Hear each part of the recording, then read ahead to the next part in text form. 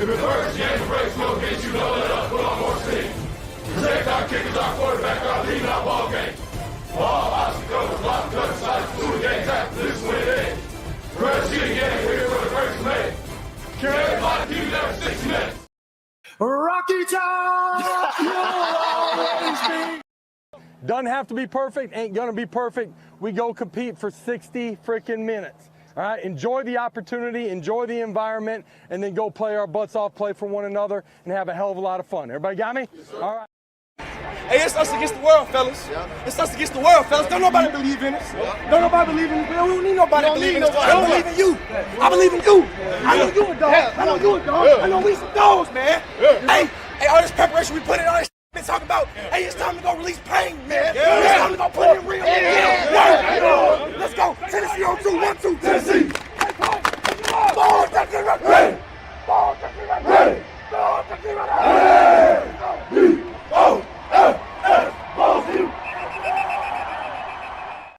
To be the man, you gotta beat the man, and I'm saying, woo, right here. All I know is go Vols, cause that's all I know. Go Vols! Make the decision. You're either a Vol or you're not, through thick and thin. But you know what? Let's talk a little Vols.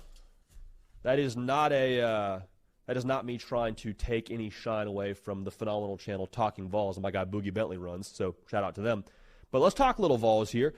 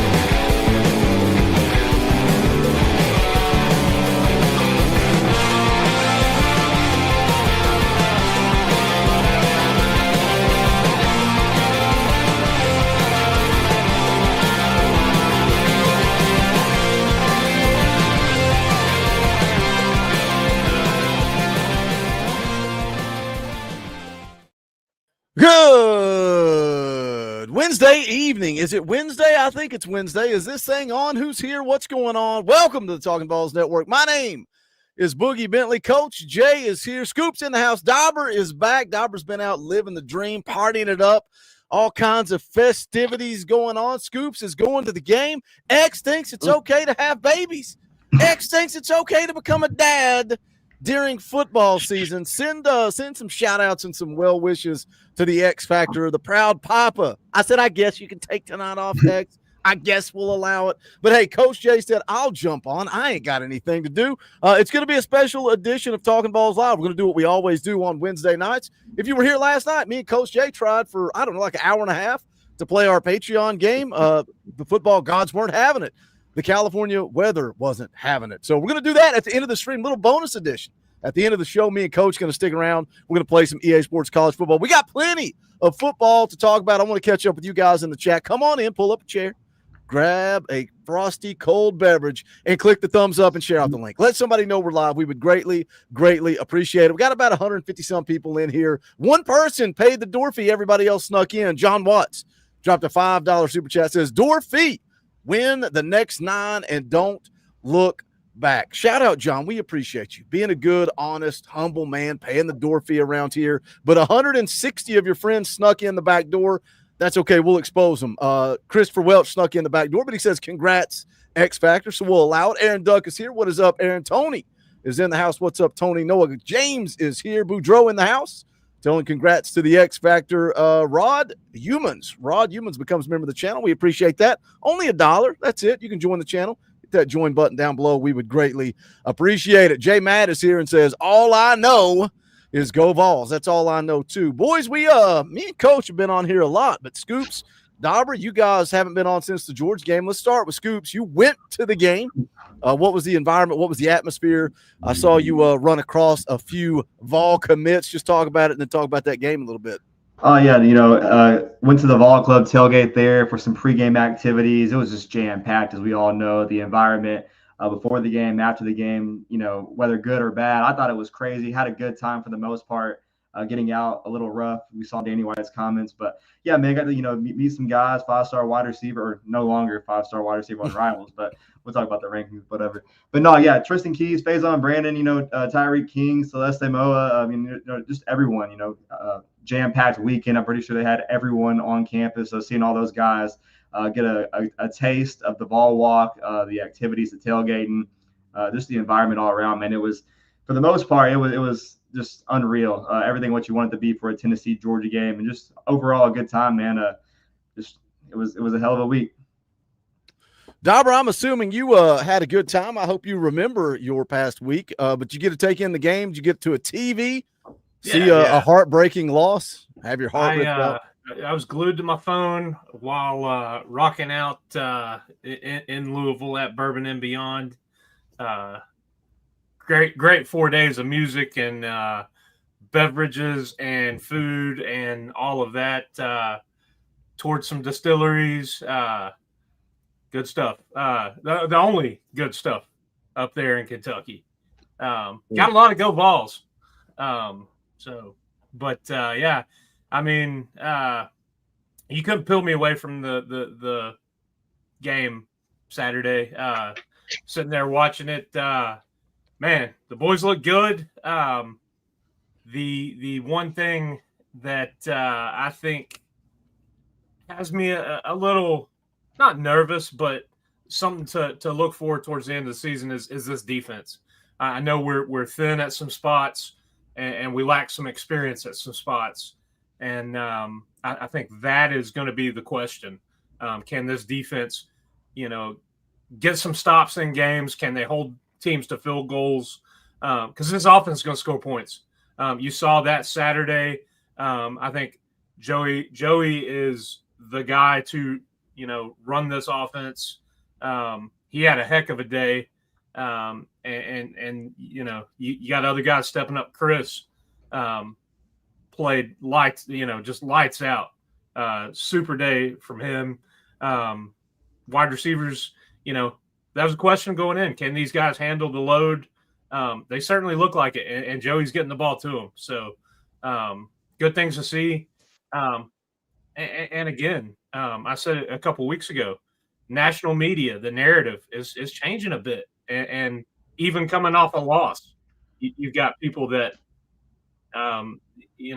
their opinion is still very high, given the way the game went, how physical Tennessee was against the Georgia team. So just a lot of positive things. Scoops talked about all the recruiting.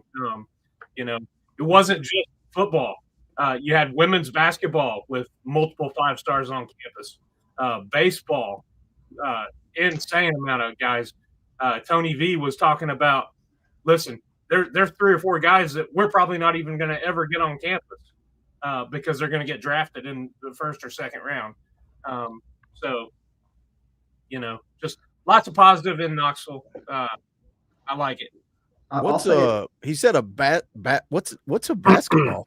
Does anybody know what I don't even know what a basketball is. What's a basketball? It's one of those shooty hoops things. One of those shooty hoops. I don't know what that is. Go ahead, Scoops. I was going to say, man, like in retrospect to the game, man, just obviously we didn't go have a pregame show last week, but I just think coming back to it, man, we had them where we wanted them. We had a chance to go out there and win.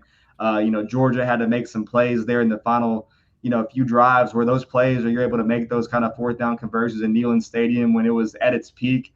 I can attest to that. It was, hitting the 127, 130, even flash maybe a glitch of like 145 at one point and went back down. But I'm just saying that we had the environment where we wanted it to be. It was super loud. And we talked about, just all the flashes we saw, man. It's probably the that I could have felt after a few days of, soaking it all in after a loss, seeing what we got on offense. Chris Brazell having a Jalen Hyatt kind of day with, 3 touchdowns, 177 yards on 6 receptions, just out there playing jump ball with the Georgia DBs. And we saw a lot of modernized, bringing the splits in with the offense, letting Joey go out there and cook. And I just thought, overall, man, offensively, we're a top 5 offense in the country. And if we can get some of our guys back, whether it's, Jackson Boyd, David Hobbs, like Dauber said, and get healthy, man, around Mississippi State, it's going to be a dangerous environment in 2 weeks. We got to take care of UAB this Saturday, but there's definitely some things to carry on. And I'm pretty fired up about what this team can be, but we talk about not getting caught slipping. And I think right now we just got to play, as cliche as it is, Coach Jay, 1 week at a time, go 1-0 every week, because you don't want to get caught slipping in the SEC when you got to go on the road to Mississippi State, come back to against Arkansas after the bye week. There's a lot of teams that are going to get better as the year goes on, just like Tennessee is. But, man, it's hard to, see what we saw Saturday and not be fired up, about what we can do if we can do that against Georgia. Let me piggyback off of something Scoop said there. Take it 1 week at a time. People get mad if you look ahead of UAB. You can't look ahead. You can't look ahead to Mississippi State. Yeah, we can. We can do whatever we want. But, Coach, you're going to give me that coach speak. Well, what do you want to see from this defense this week? Obviously, Dauber mentioned they're banged up. Obviously, but see, look, you're banged up. You're not getting Ricky Gibson back. So you can talk about that till the end of the season. It's not going to matter. Does Jermon McCoy come back? We'll find out. But you're going to get Jackson Boyd back. You're going to get David Hobbs back. But you're playing an inferior opponent in UAB coming up on Saturday. Not to bury the lead and jump ahead of everything we're going to talk about on this show tonight, but let's do it anyway. What do you want to see against UAB from this defense? I want to see a lot, man. I want to see a shutdown the run game completely.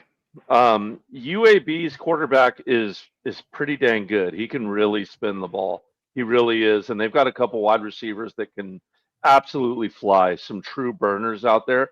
So I think it's a great opportunity for this defense to work on their pass defense. They're going to attack that middle 15 of the field. Our linebackers need the work. So from a coaching point of view, I welcome that. We can also work at getting home, right? Getting to that quarterback off the edge, getting to that quarterback from the inside A gap. There is things in this game that we can truly work on and get better on as a defense, because UAB can throw the ball, because they have a quarterback that if you give him all day, he's still going to pick you apart. Like, he's good enough to do that, right? To give your cornerbacks a look to where they need to guard someone who is fast, and can handle business. I think there's plenty to work on for this game, right? And it's important. If Coach Jay's in this locker room right now, if he's in these coaching meetings right now, even me, I'm warning these coaches, right? Like, I'm warning all my fellow coaches. We need to be careful right now, right? It's easy to go, hey guys, we look back at ourselves. We made some adjustments, because let's be honest, the problems this offense had last year was way deeper than a couple overthrows. Yeah, it was a big part of it, but we couldn't keep Nico clean. We've been keeping Joey A clean, and it's a big part of it. Are our drops perfect at this point? No, but they're probably about 60% better. 60% better. So I will take that all day long. I will take that all day long. But I want to make sure we're staying sharp, is what the point I was getting to. I want to make sure we're staying laser focused, because if we go out there and we lose to Mississippi State 52-48, this narrative that we're going to talk about today that everyone loves so much is going to turn really, really fast from our offense is great to we're 0-2 in the Southeastern Conference and we can't win in the SEC. They need to understand the importance and the urgency that you need to attack each week with. And that would be my message to this team as a coach. Let me hit a couple of super chats real quick. Then going back to what Dauber said, that's kind of the theme of the night. We're going to go around the horn and look at the national perspective, the thoughts coming out of the national talking heads about this Tennessee football team. Because coming into the post-game show right after the loss, man, there was a lot of negativity. There were a lot of people that were not happy. There was a lot of criticizing, a lot of blaming, a lot of finger pointing. But I think as you kind of moved away from the emotional reaction, I think a lot of people think this football team's pretty dang good, especially where they thought they were going to be compared to where they're actually at. And we're going to look at some of the national talking heads and see if we sync up with that. Sethinator for 5 says, boom, boom, room entry fee. And congratulations, X. Shout out, Sethinator. We appreciate you. J Matt for 2. I truly believe these boys can win out. Let's go. Tennessee Tonto for 10. If anybody is still upset with his team, then I encourage you to go all the way back in the archives and check out Boogie's Follow the Ball series. Then check yourself. You know, I always agree with that, and I always like to point back to where we were compared to where we're at now. But this is, man, and I don't remember who said it. I don't remember if it was J.D. Pickell. Might have been J.D. Pickell said that Tennessee's at that crossroads, right? You're right there where you're winning, averaging 10 wins a season right now, the last 3 years. You're trying to take that next step, not just getting to the college football playoff, not just winning 10 games, but taking that next step to elite. And it's a tough place to be because all of a sudden, if you slip up just a little bit, you go from 10 wins back to 9, you go back to 8 wins, the fan base is going to turn on you like that because it's what have you done for me lately, not what did you bring me through, what did you bring me from. We want that instant gratification. We want to go win a national championship. We're going to ignore everything that's going on around us and just say, well, we lost a game to Georgia, a game that most people thought going into it we didn't have a chance of winning. We're going to go around. We're going to take a look at some of the national talking heads, but first I want to talk about some news that came out today. Austin Price had actually reported this earlier in the week. Tennessee freshman wide receiver Rodarius Jackson sidelined by injury. We know depth in that wide receiver room, just sheer bodies is a problem.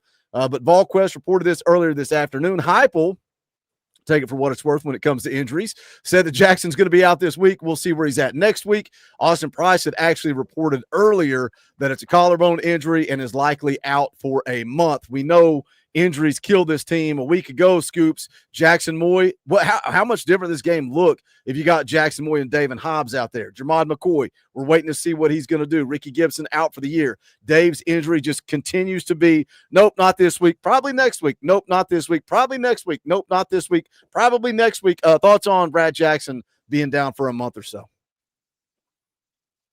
No, yeah, Scoops. That was, surprising, just obviously, what? Oh, I think you had a delay. I think you had a delay. Go ahead, Scoops. I think I got a lag or whatever, something happened. But no, yeah, with Ra being out, man, I think it's 4 to 6 weeks I've heard just with the collarbone thing. And he did get popped there in the Georgia game, but that's the guy that you obviously want as many bodies as you can, man, just because a thin position that it already is. And you're talking about, what difference would it have made if we would have had all of our guys Saturday, and that's cliche in its own thing, but it's. You don't want the blows in an already thin room, but hopefully he'll be back in like 4 to 6 weeks. You may want to check your internet, Scoops. It sounds like you may be going down. You're lagging out. There you go. And he gone. I don't think I said anything to offend Scoops. I mean, maybe he didn't like Dobbernet. I appreciate when we get Dobbernet on the show, if you guys would please put those robot emojis in the chat. I like seeing those in the chat when we get Dobbernet rolling around here. Dobber, any thoughts on the injury to Rodarius Jackson? Yeah, I mean, just like we've said, you're thin there.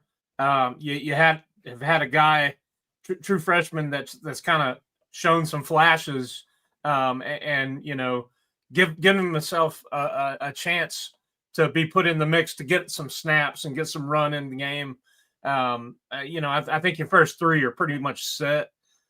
We've seen from Heupel, he doesn't go past 3, maybe 4 guys. Doesn't run a big rotation at wide receiver. So for Rad Jackson to be getting meaningful snaps and making an impact, you've seen him make athletic catches. That was good for his development, good for depth. So yeah, it is a bit of a bummer, but I guess it's that next guy up mentality. You're one snap away from it being you. So, Coach, I know you're high on Rodarius Jackson. Are you surprised because a wide receiver rotation is not something we've seen? under Josh Heupel. But we saw Rodarius Jackson. We saw Travis Smith, and not just against ETSU, not just against Syracuse. We saw Travis Smith in there against Georgia. So, I mean, obviously you got some confidence in these young wide receivers. I do. I from the beginning, I think it was you, Boog. I do. I want to give you your flowers here. I think it was you who first said, like, look at the wide receivers we have. Look at who left. Like, who would you rather have, right? Like, there is truth to that. But at the same time, it was scary to me because look at every other year under Heupel, all the wide receivers we've lost year to year. Mhm. If you apply that same math to this season, it's a problem. So is, losing Rad like the end of the world? No. If it continues, if we lose someone this Saturday, yeah, I'm going to start to worry a little bit, right? We want to go out there and take care of business early, get weary in some of those other guys playing this weekend for sure. I hate when people get hurt. I despise when people get hurt. I would never root for anyone to get hurt. I'm high on Rad Jackson, but at the same time, it's a teachable moment. If he runs that route past the sticks where he's supposed to be, that angle can't be taken on him. That hit never happens. He's probably still okay. So I still believe in teaching teachable moments, even when you get hurt. And hopefully the coaching staff takes advantage of that. But once again, guys, don't read into that Coach Jay is glad he got hurt. It sucks. I hate that he got hurt. But hope they teach that as well. And Rad, man, I think he's going to be a walking highlight reel. I think he's going to be an absolute menace out there. I think he's going to be the type of guy where when he's a junior and Travis Smith is a junior and Celeste Moa and all these other kids are around, Tristan Keys, it's going to be scary, man. It's going to be scary, right? Like you think about all that talent coming in, that's going to be wild to see out there on the football field. But I just hope we can stay healthy, man. We need these threats out there on the field. We've seen how dangerous this offense can be when it's got the wide receivers it needs, and it does right now, and they're humming, and I want to keep it that way. Let me hit a couple super chats real quick, then we're going to jump into it. Ryan for 5 says, Dorothy, shout out Ryan. We appreciate the super chat, brother. Kenneth Gordon also drops a $5 super chat and says, this team can compete with the best GBO. Shout out, Kenneth. We appreciate you. And that's kind of what we're going to do. We're going to go take a look around the national talking heads. We're going to start. Let's see. Let's start right here. Always college football with Greg McElroy. Let's just kind of jump into it. Let's play the clip and take a listen to what he had to say after the Tennessee loss to Georgia. Tennessee's performance makes me feel better about them going forward. There was a question mark with Tennessee this year. What was it? It was, how would the quarterback be? I think Joey Aguilar is pretty dang good. There were questions about this wide receiver group. Guess what? I think that group's pretty sporty. We also now know that there's not many teams that will go toe-to-toe with Georgia from a physicality standpoint. Guess what? Note that word right there, physicality. We're going to come back to that in just a second. Physicality. Tennessee just did. And for long parts of this game, it looked like Tennessee was actually the better team. The offensive performance confirms that Tennessee has the team that can score on anybody. And guess what? They couldn't do that last year. This group, they can really beat you up if it becomes a track meet. Yes, they still have to find that killer instinct to make the critical play in the critical moment. But my goodness, man, the offense is legit. And it's going to give them a chance to play with and execute against everybody that they play against. While this loss is heartbreaking, it serves as a clear and accurate barometer with where this program currently stands and where this program might be going here in 2025. Scoops, again, you're at the game, lined up to kick a field goal as time expires, opportunity to win a football game, heartbreaking moment, of course, devastated, pissed, angry, whatever, however you want to describe it. But the more you kind of get away from it, do you look back at that game against Georgia? Do you feel better about this football team after that game, even though I get it, it's heartbreaking, it sucks, we lost? I mean, yeah, after the 24-hour grieving period, man, you look at the film, you look at the highlights you're seeing around Twitter about the Tennessee offense, you're seeing the national media, a lot of people who have kind of been, having some disrespect towards Tennessee in the offense and kind of being like, okay, this isn't the same Josh Heupel offense. They're bringing guys in, they're running NFL schemes. Like, these are pro football plays, and they're going out there and being physical and dominating against a Georgia defense, a Kirby Smart defense at that. So, I mean, yeah, man, avoiding the, the overall ending, the final score, man, just seeing what I saw on the field and what we can put out there, 11 on 11. You can go out there and compete with anybody. And we saw that, Saturday against Georgia, man. They were going out there and playing just straight ball. Some of these, new schemes we saw, Brooks Austin and other guys talking about a Josh Heupel offense with these sprinkles and wrinkles. And, Josh Heupel and Joey Halsey, they weren't going to go out there and, get shut down and over again by these elite teams. And it showed this past Saturday, man, that the schemes, bringing guys inside, letting Kisselman or Staley just run free like 2022 Jalen Hyatt, like a guy running blind in the backfield. Like, I just saw those little moments, and it kind of just made you feel really excited about what we're able to do because, I mean, Georgia, no shock, is the number 1 ranked talent team and, overall talent, blue chip prospects, man. So you're going out there and doing this against the Kirby Smart defense. I mean, it makes you feel really good about what Tennessee can do with the offense, but you got to go out there and go on the road or come back at home and do it every single week, man. But the way that we have a quarterback that can go out there and get the best from his guys and just be so calm and collected and let his players around him believe in him, that's the biggest thing for me, because even when Tennessee lost the lead, they went down there for a second. You saw Star Thomas and kids talk about, Joey did not flinch. He went out there and did the best thing and ran the system like it's supposed to be ran. So being able to do that, man, go out there and play your best ball. And when you go down, have an explosive play and get right back into it, resetting the chains and the tempo, man, we can go out there and beat anybody. I love that you brought that up because I got this clip from Star Thomas pulled up, and they asked him. Basically, what they're asking is like when adversity hits and you're down, you're exchanging blows, you're in the lead, you're behind. What was Joey Aguilar's demeanor? This is a clip that Scoops was referencing. Take a listen. I mean, he never was like he never overthought the moment. Like, he always, like, when we was down, he'll come and be like, calm down, we got this. You know what I'm saying? Next play, next drive, somebody gonna make a play. Like, he always was saying that on the sideline. And just, you got a quarterback like that, man, like, it's hard not to go out there and play hard for him because you know what he gonna go out there and do. Joey brings experience. Joey brings leadership. Joey's been around the block. He's a veteran guy, right? But Dauber's still going into this thing, man. It's not just, look, some people were questioning the depth of the wide receiver room. A lot of the talking heads were questioning the talent of the wide receiver room. Well, we've never seen Braylon Staley. We've never seen Mike Matthews, do it on a consistent basis. Chris Brazzell wasn't what everybody thought. And then you bring in Joey Aguilar, right? Nico hits the portal. In comes Joey. Nobody in the national media believed in Joey Aguilar. Now they're talking about Joey for Heisman. They're talking about this explosive offense. They're talking about being able to read the full field. Like, it's one thing to see it, right? It's one thing to see it against Syracuse, to see it against ETSU. And while I agree with Scoops, you got to go do it on the road against Mississippi State. You still got to go on the road to Alabama and Florida. You just went toe-to-toe with Georgia. Josh Heupel's never scored more than 17 points. Nico didn't score more than 17 points. Joe Milton didn't score more than 17 points. Guess who else? Hendon Hooker, Jalen Hyatt. Those guys didn't score more than 17 points. Joey Aguilar, these young wide receivers went and they ran all up and down the field on Kirby Smart. That tells me this offense is legit. Albert, how do you feel going into the weekend versus coming out of it? A little bit more confidence than maybe you had it, even though you got that L.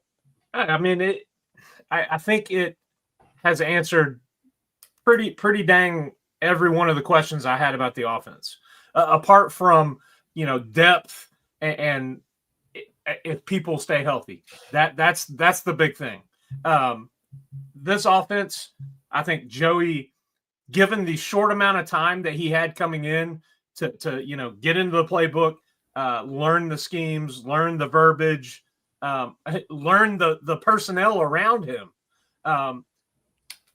That was a huge question going in. And the way he's played going through 3 games, it's like he was there spring and fall, and it's like the dude didn't just transfer in. He has a firm grasp of this offense. He's calm, poised. The thing, he's confident in this offense. I like the reads he makes. He's decisive, but still goes through his progressions, and he'll take a check down.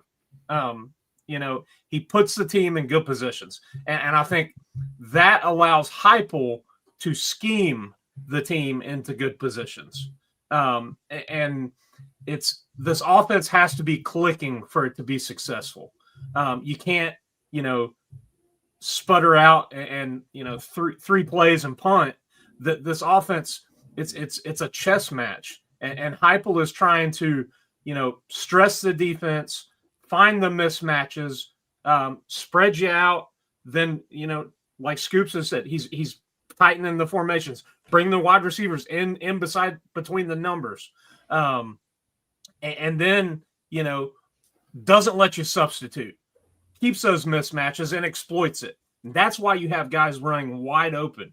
That's why you have guys in the positions that they are. You saw that last year too, but combination of things: quarterback play, wide receiver play, offensive line play did not allow that to just really reach its peak, like we saw with Hendon Hooker, like we've seen starting to happen with Joey Aguilar. This offense, it has to get cooking for it to be successful. I want to call an audible, and I'm just going to throw this one right to Coach Jay. And this is what the chat wants. This is what the chat is here for. This is the conversation they want to have. So instead of letting Coach chime in here, we're going to go take a listen to JD Piquel, and then we're going to let Coach Jay kick this thing off because I can't think of a better way to do it. And this is the content you guys in the chat want. I saw somebody call it out earlier and said, "How does Coach Jay feel about his boy now?" So I'm going to put him on blast, and we're going to make him answer. And super chats are appreciated for us all putting Coach Jay on the spot. Let's take a listen to JD Piquel talking about Joey Aguilar. If you put Joey Aguilar or Nico Iamaleava out there in a pro day setting and it was shorts, t-shirt, routes on air, Nico probably would look better. That's not how we play football, man. Yep. Football's not played in a pro day setting. It's played with 11 other dudes on the defensive side. It's played with 10 other dudes around you on the offensive side. It's played with pads. Joey Aguilar, I think, fits Tennessee better from a skill set perspective. I think overall, man, it's like a football personality perspective. Like, I think you got to have a certain level of not giving a fudge to be successful and thrive in Josh Heupel's offense. Like Nico last year, there were so many times where as a Tennessee fan, you were like, man, like, can we cut it loose on the deep ball a little bit? Like, I'm cool with another interception or two, Nico, if we could just unhitch the wagon and push the ball deep a little bit. Joey Aguilar is like 3 steps, hitch up, ball's out, Chris Brazzell go make a play. And you saw Chris Brazzell make multiple plays against Georgia. 50-50 ball, just give your guy a chance. Come down with it. Like, that's what you got to have in the Josh Heupel offense to thrive, man. You got to have a little bit of gunslinger to you. And Joey Aguilar very clearly has that. Because when you can run the football the way that Tennessee runs it and then be a threat to push the ball deep the way that Tennessee was against Georgia, the whole offense is open to you. There's a reason why he went for 371. It wasn't just because it was a good scheme. That's part of it. But I think the personality of Joey Aguilar, the fearlessness of it, to be able to take shots deep in this offense, you saw that pay dividends. Nico didn't have that. Joey Aguilar does. That's why he's having success. If you put thoughts, Coach? I mean, I think he's on point. Like, I mean, what am I going to disagree with? That Nico, I think we're all agreeing. Like, Nico's got a better spin if you put him in shorts or pajama bottoms or whatever. He's going to look like a pro, right? Like, I mean, that's just that name of that game, right? I will say this. I think they both would look good in that setting. You got to remember here, and I'll remind the chat again, Boogie. I will remind the chat again. These guys are from the exact same coaching trees, like as far as quarterback coaching and philosophy and training, exact same too, right? So I think they both would look good in that. Yeah, you'd probably give the age sneak there, but like he said, football is not played in this way, right? There's so many things that go between the lines that happen during a football game. There's many a slip between the cup and the lip. Age and protection is huge, right? So it's like, it's hard for me to sit here and compare. It's just not apples and apples, right? Like, we will never know what would happen if you drop Nico into the system. Would he have figured that out? I don't know. I don't know. I'd like to hope he would. Would he? Don't know. But I'll tell you what I'm not going to do. I watched that UCLA team, right? A couple games this year. I mean, they're averaging 115 yards in offensive line penalties a game. They've allowed a touchdown on every single drive, but 3. I don't think Joey A would succeed at UCLA if you dropped him in there in those first few games. I don't think there would be much difference. But guess what? This game is stupid. It's like when we play the game that's like, oh yeah, because Georgia beat so and so and we beat so and so, we're going to beat them in a few weeks. It just, I don't like these apples to oranges football comparisons. And like someone said earlier, what does he think of him now? I'm still proud of Nico. I still like Nico. I feel sorry for Nico, but guess what? I've said on this channel, he whether his dad pushed him into it or not, these choices were made. He went with them. That bed was made. He has to lie in it, and it's his time to grow up and be a man and figure that out, and to take his lumps like we all have to do as men. That's just life. But I hope he grows from it. I hope he flips a certain person a bird and walks away from his current situation and is able to play. But I'm proud of all my coaching tree kids. Proud of Bryce. I'm proud of Nico. I'm proud of Joey Aguilar. Anyone that's been coached by coaches that I love, trust, and have worked with, I'm rooting for, and that is never going to stop, no matter what, period. No matter if they go to Alabama and win a Heisman Trophy, no matter if they spurn us or go on. Tennessee's always first to me, and I love them, but I'm always going to be proud of all the kids I was able to be around and have a hand in some kind of way, shape, or form. We've had this conversation a lot throughout the course of the off season, even bleeding into the season, especially me and Coach a lot. We've had it a lot off air, right? And Fal Ming, he's been involved in a lot of it. He just mentioned there in the chat, like what would Nico have looked like in this offense with the offensive line, right? An offensive line that a lot of people were questioning going into the season.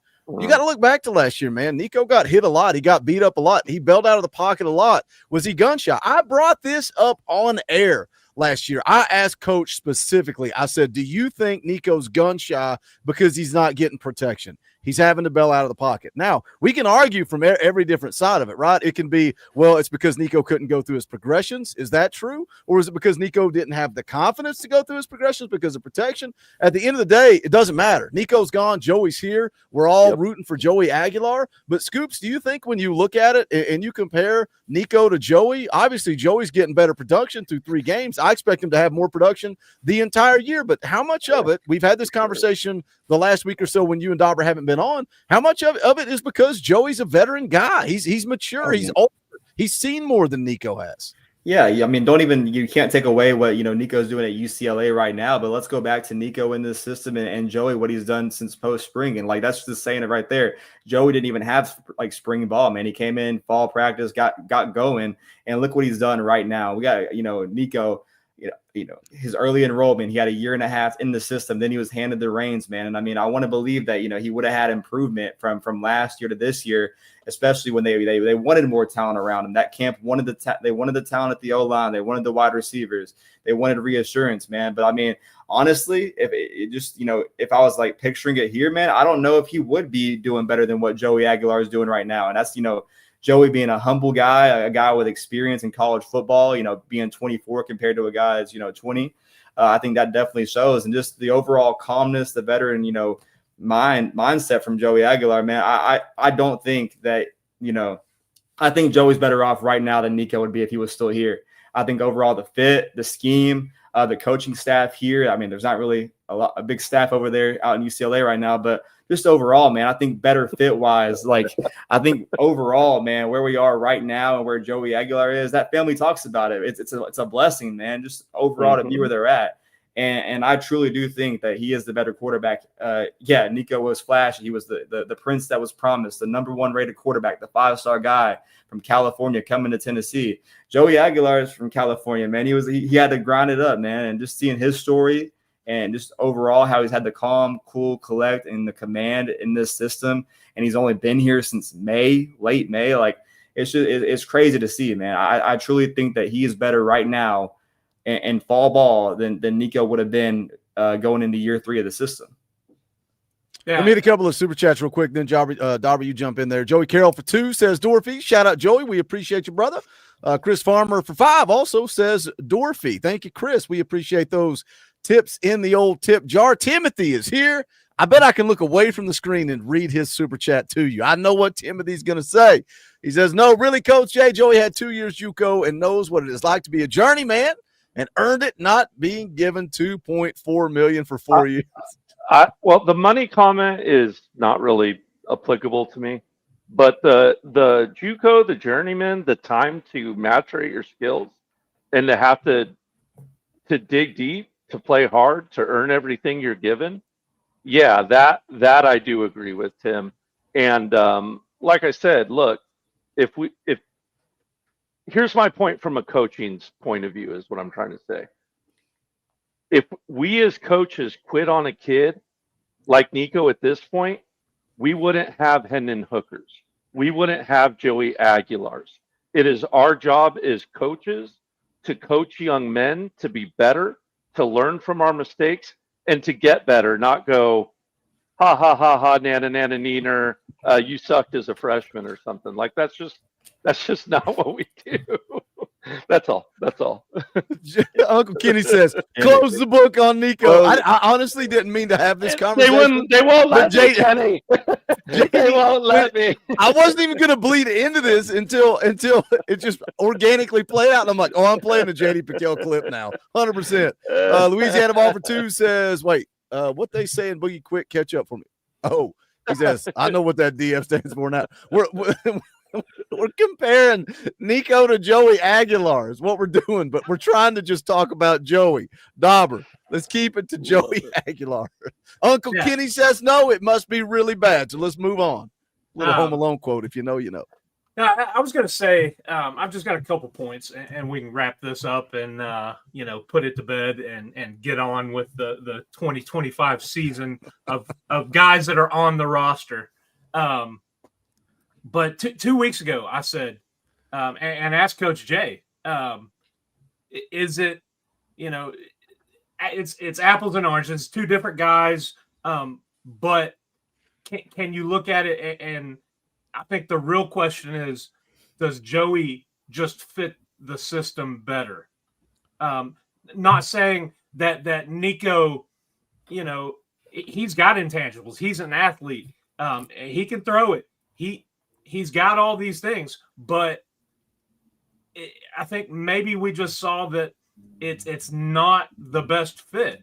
There were times we were questioning, is he really running, this Heupel offense the way that Heupel wants to run it? And then, I know last year we said, oh, Heupel's being handcuffed by the offensive line play. Heupel's being handcuffed by drops.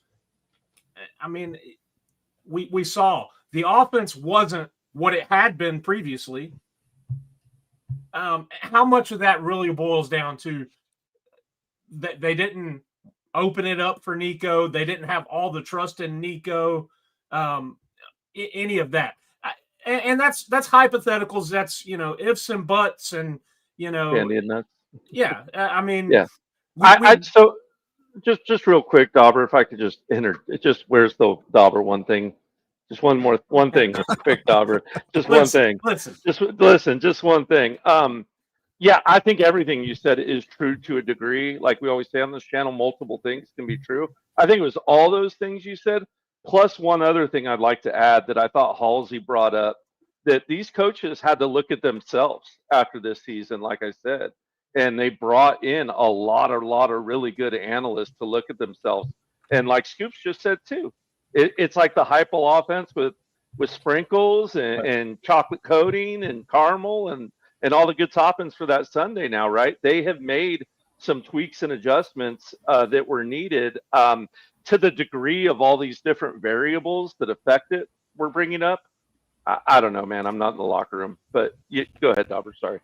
And I mean, I think we all anticipated and wanted to see Nico take those next steps. Sure. And that's where Joey is. He has that experience. He is that leader, and he's showing it on the field, and he's showing it not just as a leader, but getting it done on the field. That drive down when we went down last week, just the poise and confidence that he had to do it against a team like Georgia. And we've said a team that Heupel has struggled to score points on. We were wide open and it was a lot of fun. I think based on what we've seen, Joey, because his that gunslinger mentality, his past, the way he's had to, didn't think I'm going to play football, go JUCO, just grind it out and work for it. Maybe that attitude that comes along with that confidence, swagger, it's a little different than the swagger being a 5-star golden arm. It's a little blue collar, I guess, maybe. I don't know. But I'm confident with this team and this coaching staff and everything that we've got going right now. Let me get a super chat from Timothy again for 5. Says, Dauber, that is why I said sometimes it's not the big arms, 5-star quarterback. It's what's between the ears. I do agree with that 100%. I think to run Josh Heupel's offense to its full capability, you got to be able to process a lot. You got to be, and it's not just quarterback. You and the wide receivers got to be on the same page too. But then I think it also blends in this year specifically that Joey's got a little gunslinger in him, man. Because when Brazel transferred here from Tulane, it's like, go watch his tape at Tulane. That dude goes and gets 50-50 balls. Look how big he is, man. He's big, he's tall, he's long. Throw it up and let him go make a play. And we saw that. We saw that against Georgia. So I think it's a little bit of a combination there. We got 315 people watching live right now on this Wednesday night. As I go look at YouTube, only 114 people have smashed that thumbs up. So do us a favor, hit the thumbs up down there below the video. Takes you 2 seconds. It helps the channel. We're trying to grow this thing, get as many diehard, psychotic, passionate Tennessee fans around here as we can get. You can also support by going to bonfire.com/store/Talkin VAWLS. Grab you some Talkin VAWLS merchandise. We got a shirt that says, I hate the whole state of Alabama. We got Nike themed merch. You may be mad that Danny White's going to Adidas, but not Talkin VAWLS. We got that Nike swoosh on the state pride logo. We got quarter zips, golf polos, travel mugs, whatever you want. Bonfire.com/store/Talkin VAWLS. You can also help this channel by becoming a member. If you don't have a power T beside your name in the chat, they say you are a Gator fan. You can fix that. Hit the join button. It's right down there beside subscribe. If you're on an iPhone, the link's in the description below the video. It's $1. That's it, man. If you like what we do, you like the live streams, the videos, the community aspect, whatever it is, keep the lights on around here. Hit that join button. We would greatly appreciate it. Let me say this. What's a good number, Coach? 25? 25? If we get 25 members before the end of the stream, I'll give away a free shirt. Now it's 24. It's 24 because 1,000 Adam CL became a member. He said, I'll be your Huckleberry Boogie. I'll become a member of the channel. We need 24 memberships, and we'll give away a free shirt. Why not? We would appreciate the support. Did I miss something? Bob, White Lightning for 2 says, I called it in June that Joey would ball out. GBO. I was just going to say, man, like from the offseason to where we are right now, the sacrifices coaching staff took with the wide receiver room, playing the young guys. You're seeing Brazel go out there in year 2 in the system and shine. You're seeing the young guys go out there and shine. Joey, some of those deep balls, man, like they weren't perfect, but that's the thing about him, bro. Like he's a calm, cool, collected guy, and his receivers are going to go up there and get it. And he's not afraid to go out there and sling it, man. He's going to get those big chunk plays that this offense has just been missing for a long time. So, I mean, having that, getting, moving the chains and going out there, having these wide receivers trust their quarterback to go up and catch a highlight reel ball or just go out there and play one-on-one with these guys. I mean, the sacrifice those guys took and just seeing what this offense is right now with all the worries we had in the offseason, so far, so good. You know what I like about his deep ball, though, and I always try to give kudos to whoever says this, but I can't remember if it was JD, Josh Pay. It was one of the talking heads said there's 3 things you can do with a deep ball. You can overthrow it, you can hit a dude in stride, or you can underthrow it. Only one of those outcomes you can't make a play on. If you hit him in stride, give me 6. If you underthrow it, it gives your guy an opportunity to go make a play. And not only that, if they can't bring the ball in, man, how many of those throws end up in pass interference, right? And even the one to Matthews that was picked off, that could have been pass interference easily. For sure. I mean, yeah. Go ahead. No, I was just going to say, you have to take those chances, man, in this offense, getting those, electric plays. You want the electric offense. You got to be electric, man. So him going out there and trusting his guys in one-on-one situations. And even after that Staley pick, man, where he fell down, the very next play of the next drive, he went right back to him. So he's going to go out there and get his guys believing in him, rolling with him. And I think just seeing the identity, man. You're not seeing the guy, you know, miss around and then, you know, just break out and, you know, running or taking off. You're seeing a guy go out there and he's looking around, he's looking, and he's finding guys. So I mean, he's letting them, you know, play to their ability, win their matchups, and then, you know, being able to extend the drives. What's up, Danny? Hope you're doing well, man. Good to see you. Those of you who all don't know, Coach Danny H, the man out here in California, Joey A's quarterback coach, and just an even better dude. So shout out to you, Danny. Yeah, I kind of got a little mad at him last night. I'm not going to lie, but I forgave him. We laughed about it later, Boogie. We laughed about it later. So don't worry. You're all good, man. You're all good. He's been feeling the heat from Coach J. That's what it is. It made me chuckle. He's been feeling the heat. He's been feeling the heat. I've been on him. Him. I love how he didn't know who Jason's name was. Oh, are you? Wait, we can't say that out loud. We're live right now. Sorry. You didn't catch that.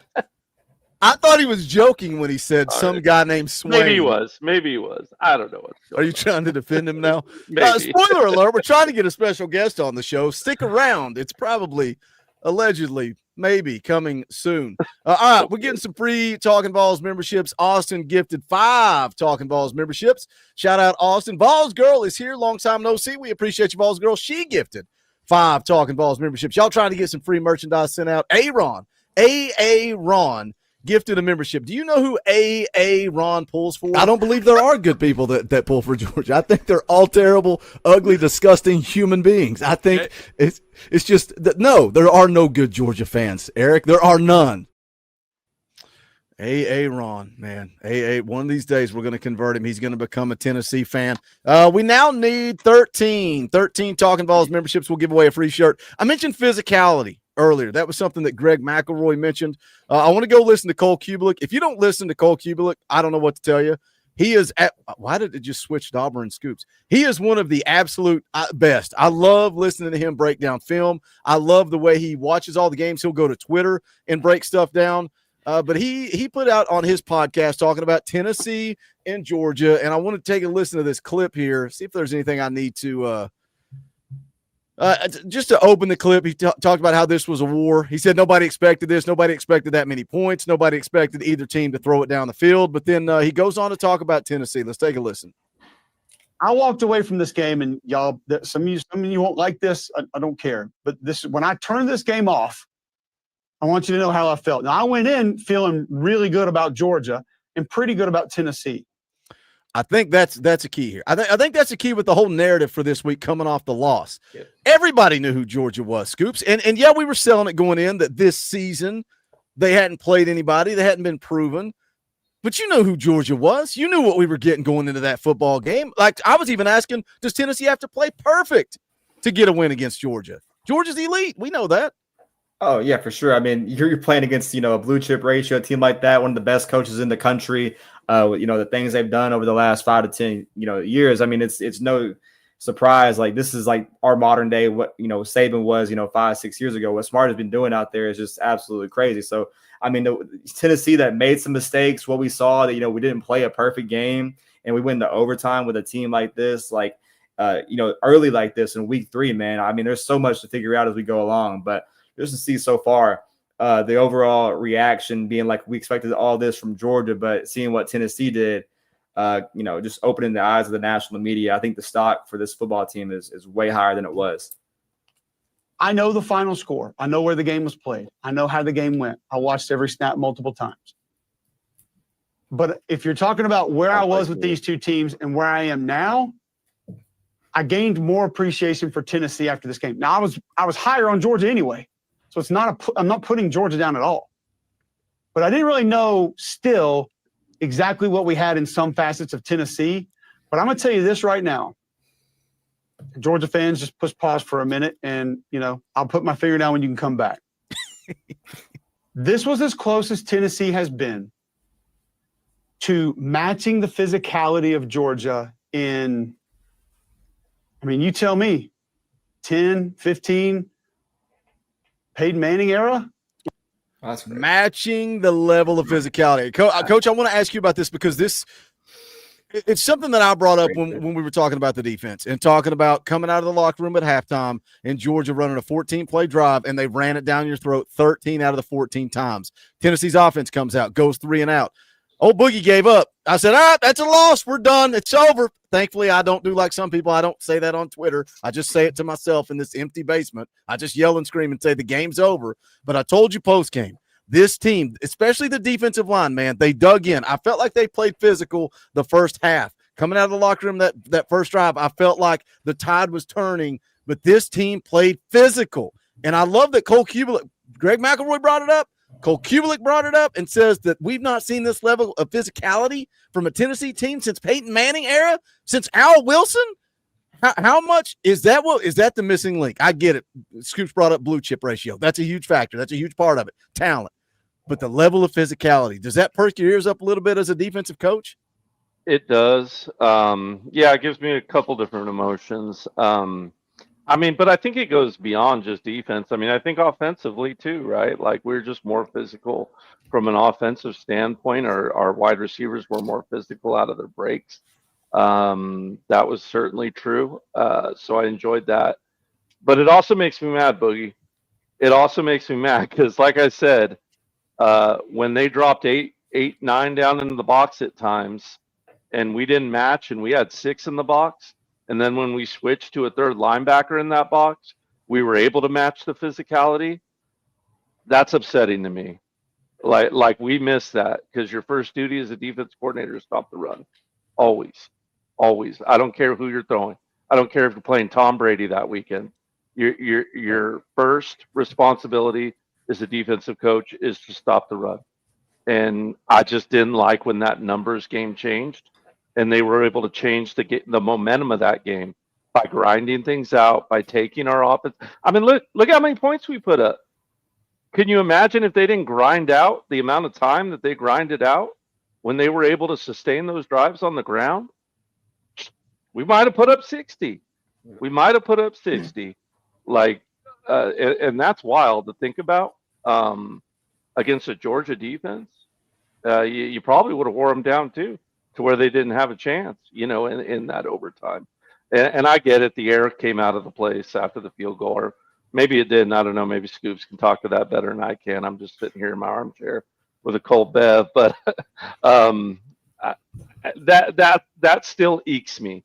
The fact that we were just as physical, we just couldn't match the numbers inside. But it also brings you a huge smile to your face because he's right. The blue chip ratio is changing. The effect of getting all these big time recruits is starting to bear fruit. And guess what? Jackson Moy's in that game. Hurd's in that game. McCoy's in that game. Shoulda, woulda, coulda, like Dauber said, right? If what's butts, candy, and nuts, however you want to put it, right? But we have the horses and the physicality to play with teams like that now. Well, we just got to execute. And you brought up something that I think maybe has been lost in everything else, and that's the time of possession difference in that ball game. Yeah, Georgia had it for nearly 50 minutes, I think. And we had it 20 something like that. I mean, it was just absurd. And that's a lot of that second half, when they were sustaining those long drives. And you think if we get off the field one more time, if it's just another 5 minutes possession time for us, how much of a difference does that make? Exactly. Exactly. Yeah, that second quarter was a big difference, which we talked about this Sunday night.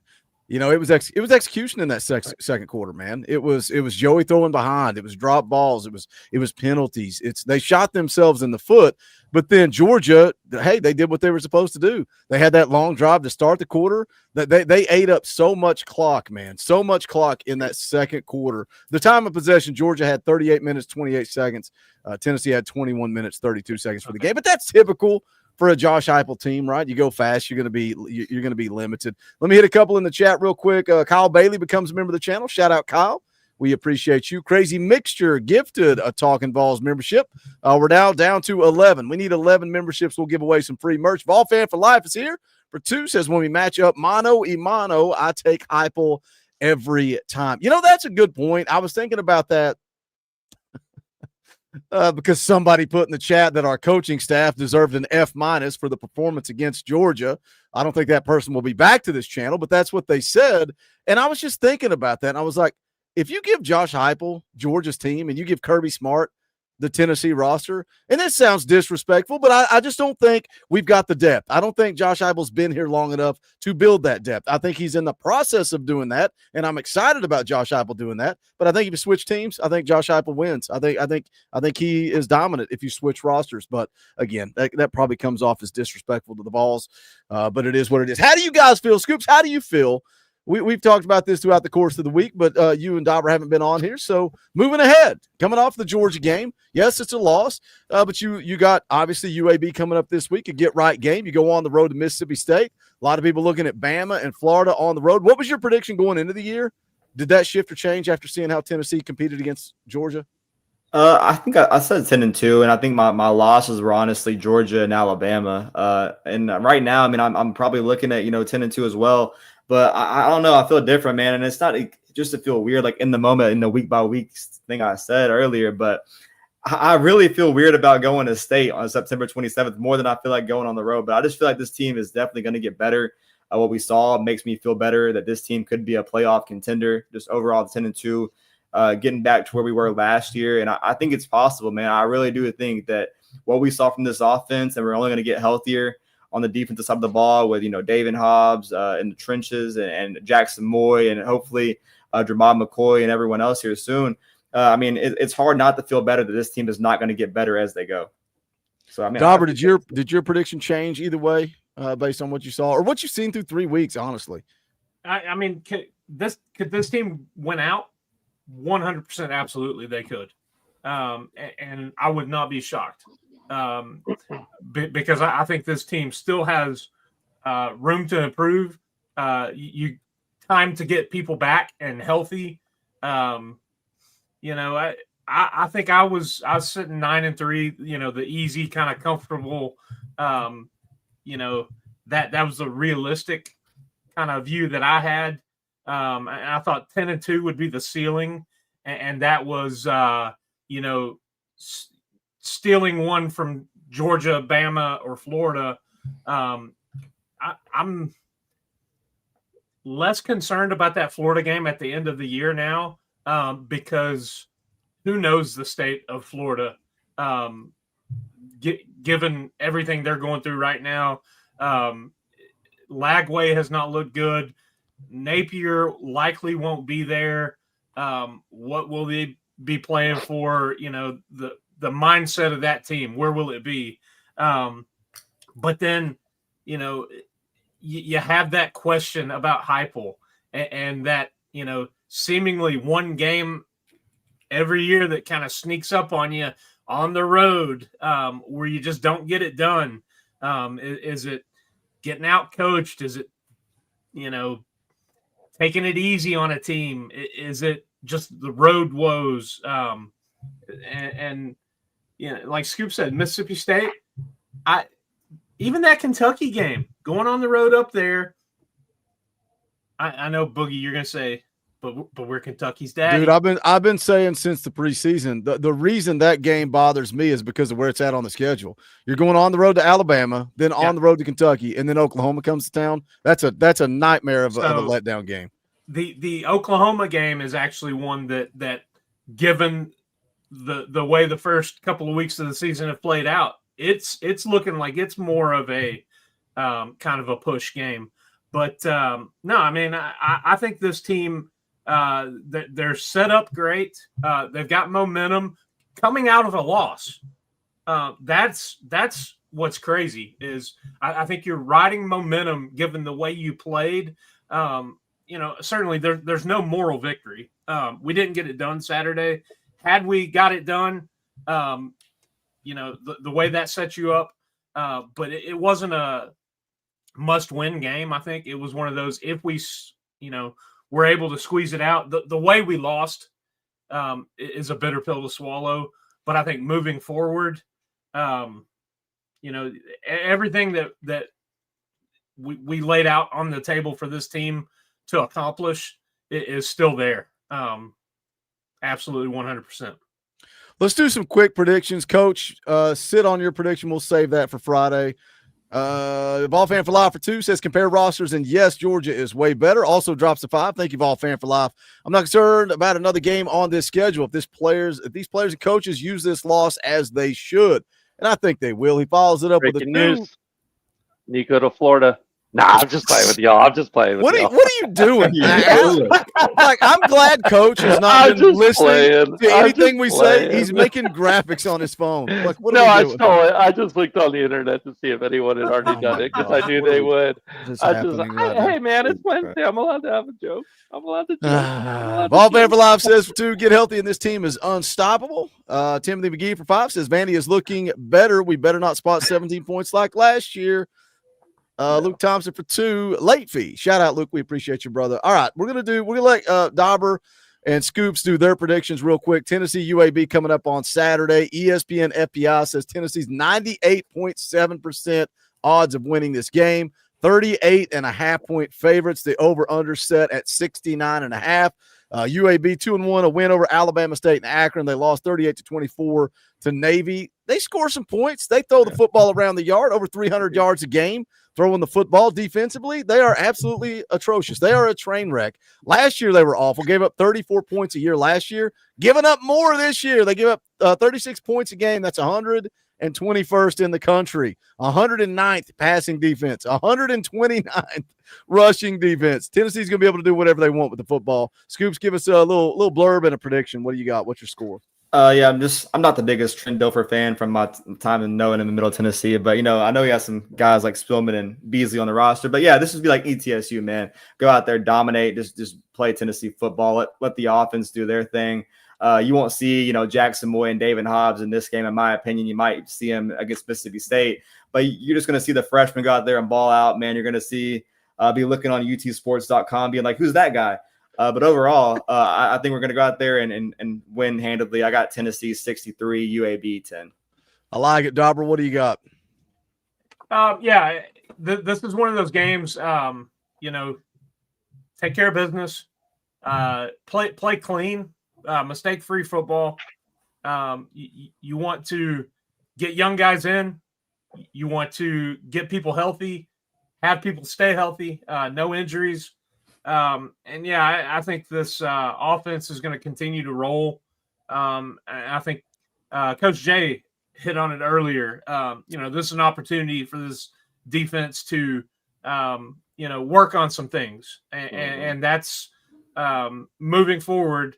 There are some things that need to be shored up on that side of the ball, given where we're at, given the injuries, given the lack of depth and experience in certain positions. So this is one of those games that is good to get guys that experience that, it could pay dividends for a series or two later in the year, at some of those games we were just looking at. But I've got Tennessee rolling. I think they're going to go 56-13. I like it. We're going to do something a little different here on this Wednesday night. You guys know that on Tuesdays we play a little EA Sports College Football. We tried to do that last night. I was supposed to go head-to-head with Coach Jay. We got a Patreon Dynasty where you guys in the chat, you guys can join that Patreon. I'll actually put the link in the comments right now. If you want to join the Patreon Dynasty, you can. I'm in there. Coach is in there. Dauber's in there. X Factor's in there. Foul Mink's kind of in there. Like Foul Mink never plays his game. He never shows up. He has the Discord muted, so he doesn't interact with you guys. I told you, he's a megastar now. He's a superstar. He only comes around if he has to. But if you want to play against me, Coach, Dauber, the X Factor, man, we have fun. We have fun. It's loose, laid back. When we do the off season, it's just a bunch of trash talking Vol football. But we do that on Tuesday nights around here. But Coach Jay's internet out in California was having problems. So tonight, we're going to keep the stream rolling. We're going to play some EA Sports College Football. I'm going to let Scoops and Dauber bounce. We appreciate you guys jumping on with us. And then me and Coach Jay we're going to get after it here. So appreciate you, Scoops. Appreciate you, Dauber. Y'all have a good night. Later, fellas. Let's see here. I'm in the quarter. What did he say? Margarita. He's like, can I just hang out? Oh yeah, he could have. He didn't have to go. Let's see here. I need to. There we go. Bear with me just 2 seconds here, Boog. Bear with me. I don't know what is going on with my game. It is all jacked up. It's acting like I've never played the game before. I mean, I hope you haven't. That will be useful for me. Yeah, I don't know what it's doing. The screen looks all jacked up. What is going on? Yeah, Why is everything a turn living? turn my camera off just while I move it once. Why does it have me in a game with Texas? I don't know what is going on. Ball Fan for Life for 2 says, get him, Coach Jay. It ain't happening, boys. I had him twice. I had him right where I wanted him twice. I don't know what is going on.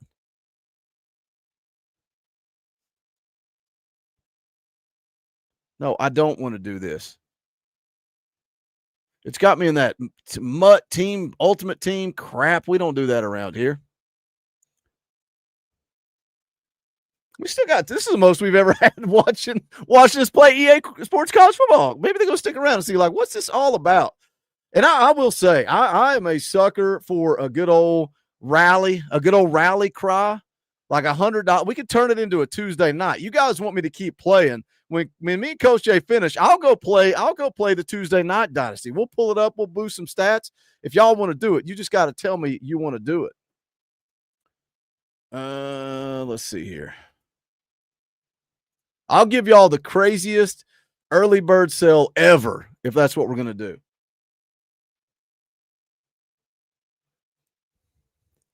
I can't believe y'all pulling for Coach Jay. Tyler says, I hope I don't lose my playoff spot. Are you Memphis, Tyler? You're Memphis, right? All right, I'm trying to send the invite, Coach. Ball Fan for Life says, for 2, we do this every Tuesday. Do you guys want me to keep playing after I play Coach Jay? I'll do it. I'll tell you, I'm not too proud. I'll do it. Shoot, we'll just do it right now. We'll just put it in the chat. $100 in Super Chats. $100 in Super Chats. We'll turn this into a Tuesday night. We'll actually count Ball Fan for Lives 2. John Mills for 2 says, where does Nico go in the portal? So we'll turn that to $96 for another game. It already broke. He went to Florida. Coach Jay says Florida. What did we say? I'm just kidding. We talked about this. Golly, it all blends together. I think on Sunday night, AP said that he had reached out to a team in the SEC, the Big Ten. Where else? I don't remember. He had reached out to like 4 teams. Luke Thompson for 2 says, go, Boogie, go. We'll see what happens. 94. We got 250 people watching this, Coach. Is the pressure on? You feel a little bit more nervous now? You got to.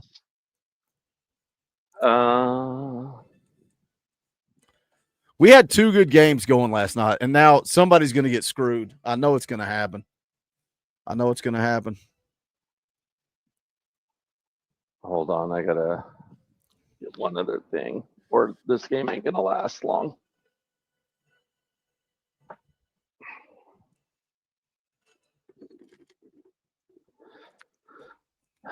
Good Lord. What'd you have to do? What is going on up there? I'm trying to get, there we go. I opened my cabinet that my PlayStation's in so it doesn't overheat. But then my cat immediately jumped in there with all the cords and crap. So that's what happened. By the way, the 235 people we still have watching that don't normally watch on Tuesday nights, for the Patreon Dynasty, when we were selecting teams, everybody kind of chose their team. Some people kept the team they had from last year's game that have been in the Patreon for a while. And Coach Jay said, I'm trying to decide who to pick. I said, you don't have a choice. You're picking UCLA. So, this is accurate. Like a good friend, I took his rival, and so I'm rolling with USC. There you go. So do I have to, like, switch teams to wherever Nico goes? Yeah, when he transfers. I was about to say, dang. Man, that's messed up. Hopefully he goes somewhere semi-cool. I think you screwed up. You're stuck on here playing video games with me, and Scoops is having Mexican food and margaritas. Yeah, he sounds like he got the better deal. That's for sure. Yeah, for sure. That's for dang sure. All right, place your bets in the chat. Who's taking this one? Am I taking it? Is Coach Jay taking it? Coach beat me not yesterday. We couldn't get that game in, but a week ago, he put a beating on me. It wasn't even close. But that was like one out of like the last 20,000. So there's that. Coach Jay by 21? Nah. You guys are aware I'm UCLA, right? Like, oh, don't make excuses now. Don't make excuses. No, okay, now. I won't. You know what? They got a squad. All right. Kenny says Nico goes to Chapel Hill. He also said Arkansas. How many opinions you got, Kenny? Chapel Hill. Man, I don't know what is up. It's got to be something with my TV because the picture on the screen looks fine. My TV it's like all faded out. Odd. I'm about to get a delay game already. I'm not taking 5 yards on the first play of the game. Come on. Why not, bug? Trying to find the freaking formation I want, and I can't find it. There it is. This is what I want. Yeah.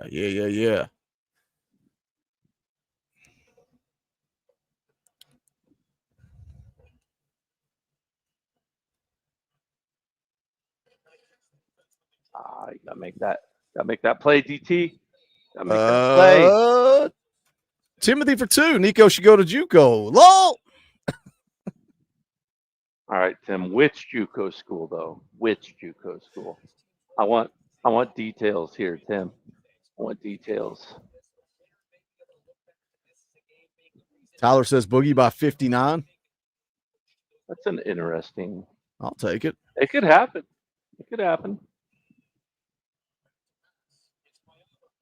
Ooh. Easy little pitch and catch there. Find a little flat. We're cooking. Okay. Cooking with grease. All right. Let's see here.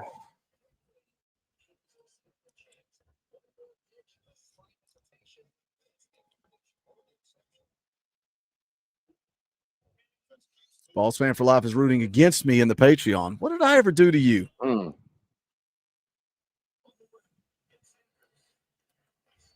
Oh, D-line getting beat up there. Let's go. Oh, James says, I like this Audible Boogie for the Wednesday show. We're not going to make this a regular thing to do on Wednesdays. Oh, it says in the chat, I thought Coach Jay was USC. Boogie by 35. Linebacker, wrong hole. Oh, I was trying to cut back and let 9 lead the way for me. Yeah. How am I supposed to say that? ESGHXSP boy. Is my auto flip on? Son of a gun, it is. Timothy for 2. Laney College is going to take Nico. Okay. I'm remembering why it's so hard to read super chats and interact with the chat and play against you and win this game. Like it though. Nice drive to start. Oh, come on. We're cooking, boys. We're cooking. He's a little dinking dunking down the deal here, baby. That's all we got to do. That's right. That's it. Stephen Parr for 2. Dorfy running late. LFGBO. Shout out, Stephen. We appreciate you. We're doing a little NCAA on a Wednesday night. Me versus Coach Jay. But I said if you guys hit the number, you guys get $100 in super chats. We'll just keep playing the game like it's a Tuesday night. Oh no, I thought that corner was going with the slot. Getting behind the sticks here.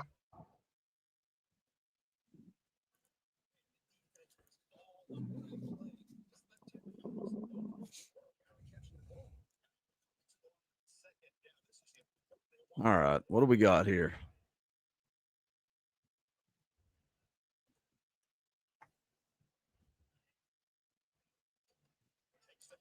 Oh, you whipped him. Tackle. You user whipped him. User whipped. I whipped him. Whipped him. Whipped. He got whipped. I whipped him good, okay?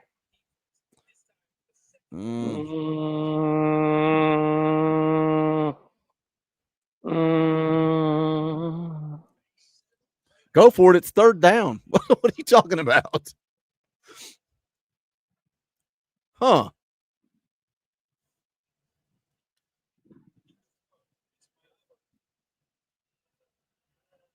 Come to the quarterback. I hate when they do that. Your user reading where I want to go with the football, but I knew that. Yeah, I hit in on the thumbstick too as soon as you ran, but I don't know. Sometimes they'll go with you, and sometimes they'll just continue following your wide receiver, and that's what happened.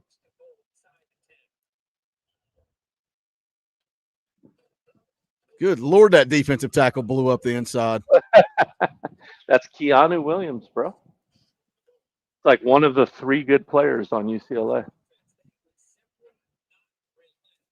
So there you go.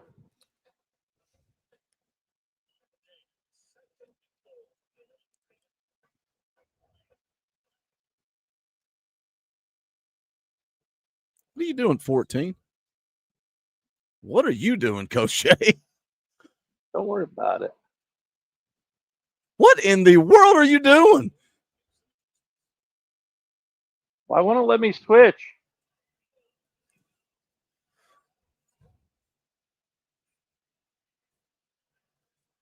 False start. Did I false start? False start. What? No way. No way. Your dude jumped. Way, bro. Way. Dude, what is it when I'm trying to audible and move guys around and counter what you're doing on defense? My guys false start every time. Every time. Good call, ref. Good call. It kept happening last night, too. It's if I let the play clock get down too far.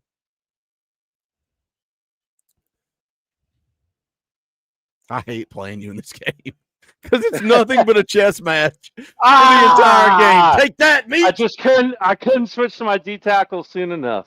Dang it. I got quick snapped, y'all. I got quick snapped. Dude, that last play, I don't know, your corner, everybody was on the line of scrimmage. I had 2 guys with nobody over them, and I couldn't check the play. Dang it. Feel a lot better about this if it was the Rose Bowl. Jar Spark says, you have 3 adjustments. I ran like 7 different formations in that one drive, so I don't know how I only have 3 adjustments. This is where, I mean, I know we only played like half of 2 games or whatever you want to call it, but I was really happy. It won't let me, there you go. It wouldn't let me pick anything. I was happy with my O-line. I probably shouldn't be saying this because I'm probably going to get blown off the ball now, but. Your O-line did play good last night in both games. Right? And that is not characteristic. I started this guy kick that. But when you said you didn't get to pick a play, I changed it back. I appreciate that. Dude, I wish we could have finished that first game. The second game, we didn't get deep enough in it. It was like the first quarter. But that first game, I think we were in the third quarter. We were.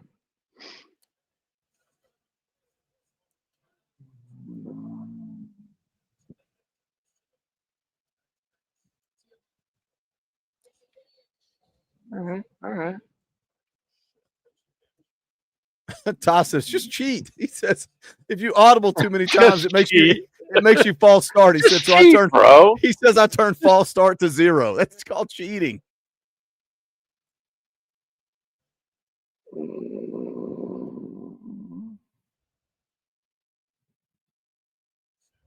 Oh, 21, get back here. Oh, catch that's illegal touching. That's illegal touching. He was out of bounds. How is illegal touching the same? I guess because is it only a penalty? What the hell? I don't know what's going on. Accepting it was 3rd and 5 and declining it was 3rd and 5. That's weird.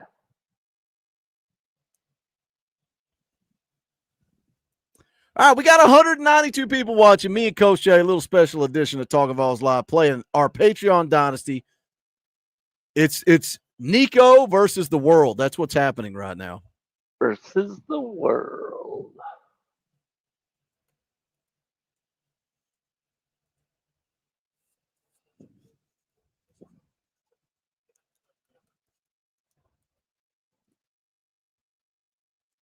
Little false start. Make it 3rd and long. Make it 3rd. Gotta love my O-line here. Gotta love them. God love them.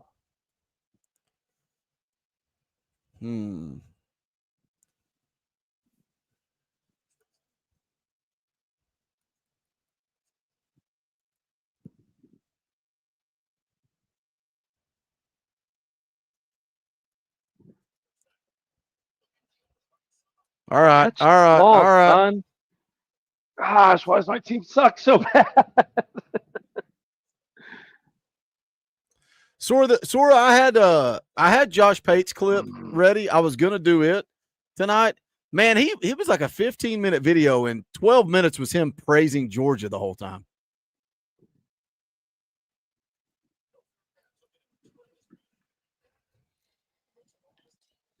All right. Boudreaux says, I like this style Wednesday stream book.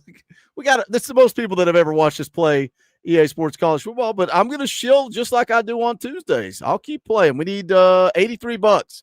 Got 188 people watching. If everybody drops a couple of bucks, we'll keep the stream going, man. I'll go play the Tennessee Dynasty. I'll stay up all night if that's what you guys want to do, but if not, that's cool too. I get it. We just did this last night.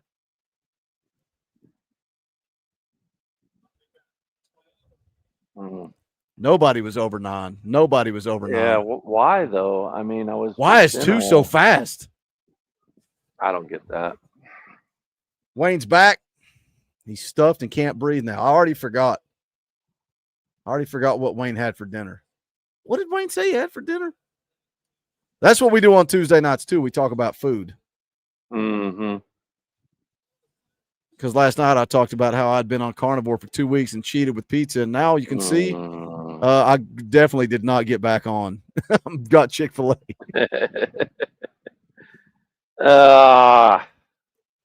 Wayne wants to keep this thing going all night long. He drops a 20. Orange boy will play it. Rocky Top! Shout out Wayne. We appreciate it. That's how we rally. $20 says GBO. $63 away from another game. Appreciate you, Wayne. Broccoli and cheddar soup and grilled cheese.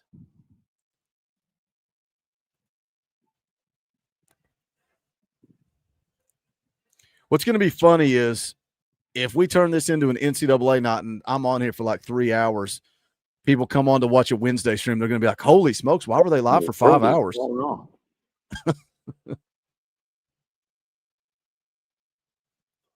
Outside. Woo. Woo. I got that seal yesterday too. Dang it. You did. You were. Yeah, remember? Yeah, see? Back to my old ways. God have mercy on me. I told you the football gods, little EA Sports football gods. I knew it last night too. I was like, I'm going to get whacked today. Watch.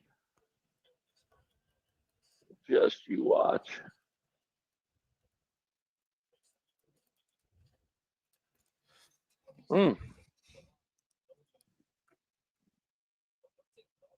I bleed orange for 5. Nothing to say, just a tip in the tip jar. We appreciate it. I bleed orange. $58 away from going and playing the Tennessee Dynasty like a regular Tuesday. I'm gonna have to give him. If we get this thing rolling, I'm gonna have to give him a crazy early bird sale. If anybody in the chat even has a player. All right, what do we got here, Coach? Jeez, your DN blew up my tackle. 18. Dang, look at that. Look at there. Come on, Cam Fountain, make something happen.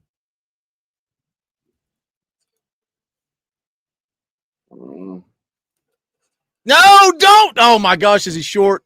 Nope. Yeah, needed that so bad. Golly. That was so pathetic. bad, Boogie. So bad I needed that. Bubba says, I has a player. All right, if we get the $58, I'll give you guys some type of stupid boost stats deal. There you go. Yeah, everyone throw down some super chats. We're giving the people what they want. Letting y'all watch USC dismantle Nico. Love it. It'd only be better if you were playing with Tennessee, really, if you think about it.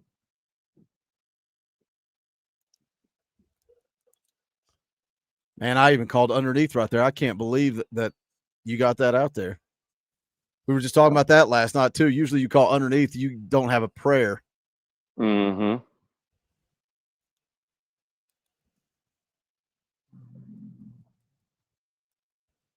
Into the first. Okay. guys Not on what top. we wanted, chat. Not what we want.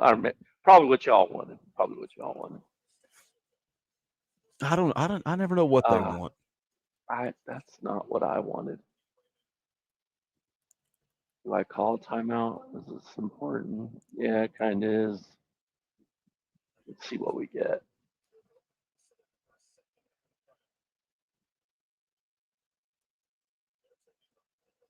Come on, 43.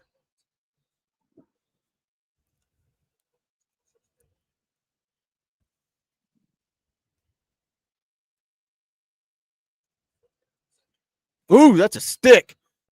Moving the chains. Who got the football first? Me? Yes.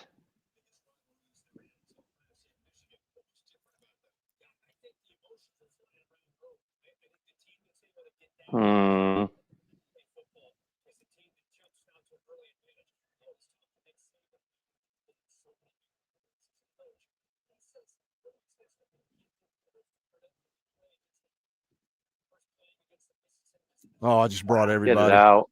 Yeah.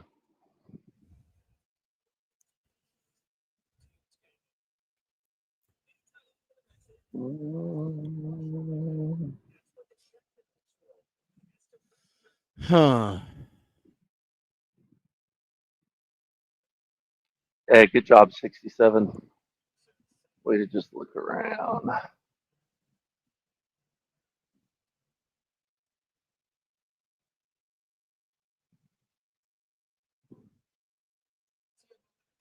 What's up, user? Dude, come on, man. I make a I user love play it. like that and can't get to the ground. No siree, no siree. Oh, you do that to me all the time with the defensive end. I thought I'd return the favor. Calling for two, a tip in the tip jar. We appreciate you, brother. 56 bucks away from turning this into an EA Sports night. All right, what do we got here? All right. 3rd and a million. Nope, I don't like that.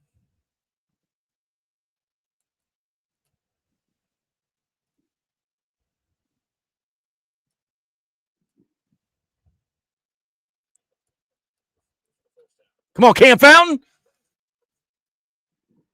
Golly, just a second. I know, right?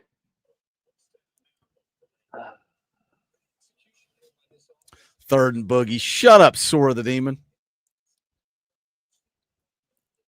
Mm-mm.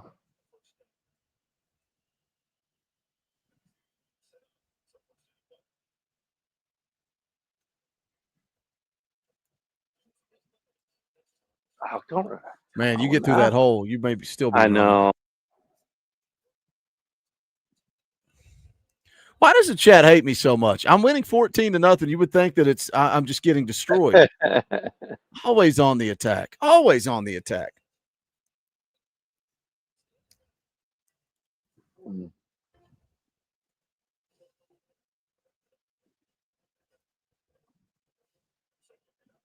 You know what, though, chat? He's making me work for it, you know?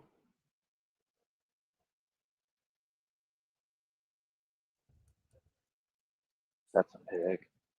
Oh, 17. I thought he was going to squat on my underneath curl, and when he kept going, I was like, well, that's an interception.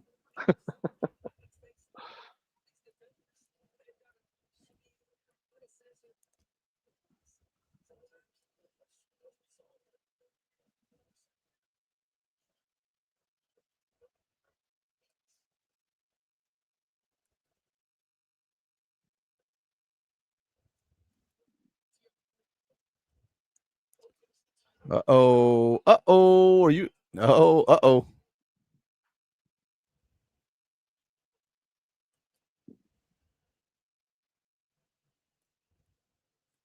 What? What? That was weird. What just happened? Dude, the screen, like, paused. I didn't even throw it to that receiver. What? Nico just threw a pick six, boys. Nico threw a pick six, boys. There you go. Give them what they want, folks. Give them what they want. My screen flickered like it was almost a did turnover to me too. before you threw it. Too. Yeah, it was really weird. So I had a running back coming out of the backfield, and he was R1, and I threw it to R1, but it threw the X route, and it like flickered right as it did it. Do you see 21? How he's Yeah. like kind of on a Texas route underneath it, and then I don't know what the hell just happened. I'm getting whooped here, boys. Getting whooped here, boys. Todd is here. Todd says, "Hey guys, can anybody hang out here with? Can anybody hang out here with y'all tonight? Sorry, I'm late. Getting some granddaughter time in. Todd, you're just in time.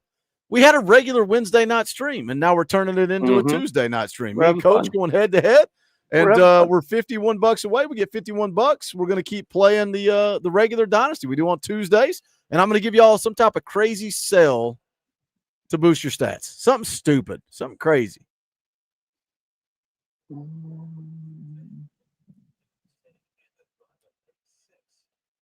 Alright, he's in zone. We know that. The kid is here. What is up, Elijah? Elijah for 5. I'm late, and I'm sure y'all have already talked about it, but only 5 teams have scored 40+ on Kirby in the last 10 years. Our offense is legit. Shout out, Elijah. Appreciate you, brother. $46 away. Yeah, I mean, I just looked at it from a Tennessee perspective. We've never scored more than 17, and that includes Hendon Hooker, man. That includes Hendon Hooker, Jalen Hyatt, that magical 22 team pass. How can 25? What's this? Are you serious? Illegal man downfield. Oh man, man, good call, ref. Man, good call. Come on, That's a great call, Coach. It's a great call. Man, Coach J dials one up. It's not going good, chat. It's not going good. You know what though? It's pretty accurate to real life though, because y'all haven't watched UCLA this year. They get some penalties from time to time. Come on, Cam. Holy smokes. Big Orange Garage. Big Orange Garage drops a hundo. We'll play the clip. Money isn't everything. It's the only thing. And everyone has a price for the $1 Million Man. Shout out Big Orange Garage. He's just taking care of it, man. He's like, yeah, you're definitely staying up, Boogie. You're definitely going to play EA Sports College Football all night. $100 is crazy. That is not cheap. That is very generous. So shout out Big Orange Garage, man. I appreciate that. We will definitely play another game. After me and Coach Jay finish, I'll go play the Dynasty that I always play on Tuesday nights. It's Tennessee. We're in the college football playoff. I think we might be in the semifinals, I believe. And we'll turn this dang thing into a Tuesday night. You guys can buy a player. I'll throw the early bird sale in the chat. If you've never been a part of a Tuesday night stream, we do a little thing where you can buy a player. It's $25. That's it. You can name a player on that Tennessee team after yourself, after your kids, your grandkids, whoever. You can name a player. It's right there in the chat. Buy a player, $25. We'll give you 15 skill points. You can also boost their stats. I'm going to give you guys a crazy sell here once we get through this game. Once we get through this game, I'll give y'all a crazy sell to boost some stats. But shout out Big Orange Garage, man. $100 is not cheap. I appreciate you. No, it is not.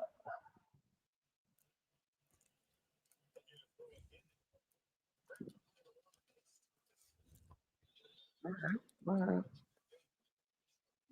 right. What do we got here, Coach? You got two little 2-minute drill going on. Trying to use as much time as we can. It's just so I should probably just try to score if I can. I think points are going to be a little hard to come by here, but a little hard to come by. I'm still. Oh, he dropped it. God. Dude. I don't know what to tell you here. I don't know what to say, Boogie. I still can't get pressure with 4 guys. I have to blitz.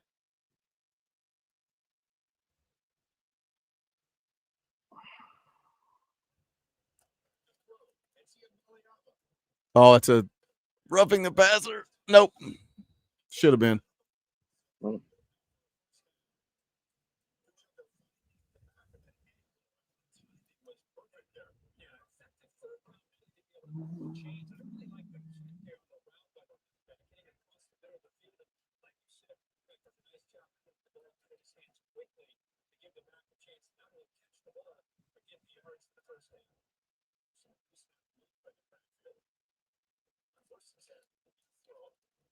That's Oh, and he dropped it. ball. I told you you're getting That's some ball, EA tonight. dude. I told you you're getting some it's EA like tonight. not. It's not so good right now. I don't know what else to tell you. Big Orange Garage says, much love for this channel. I appreciate you, my man. Appreciate you. Yeah, thank you. I mean, in fairness, it was a crap throw by Nico. We forgot it's not Tuesday for a I second. know. I totally just forgot. I was like, wait. That's it's on not, me. It's not 11 That's o'clock on at night on me. a Tuesday. Oh, I freaking sat there and screwed up the computer. Wes Beanfield. Appreciate you, Wes, has just joined. Shout out, Wes, for becoming a member of the channel. Appreciate you, brother.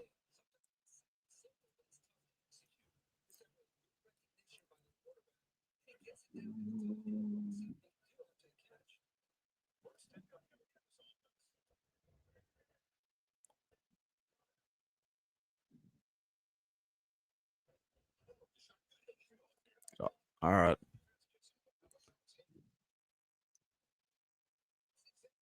Where were we when that 100 came through? We were 46 away. So that's 54 towards the next game. So that's 96 for game 3. 96 for game 3. I'll let you guys do. I see you guys in the chat. We'll do it.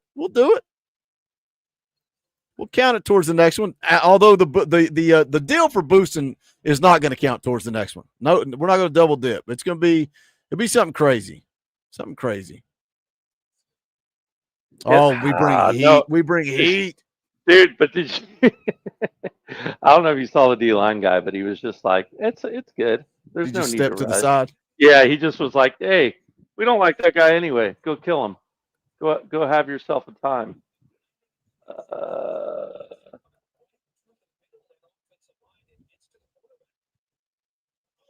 Ooh. Little 4th and 1. Big balls, Vols. How about some love for our long snapper? Yeah, what a hustle play that was. And I love how much they praised him on the broadcast and gave him his flowers, recognized him, gave him some screen time.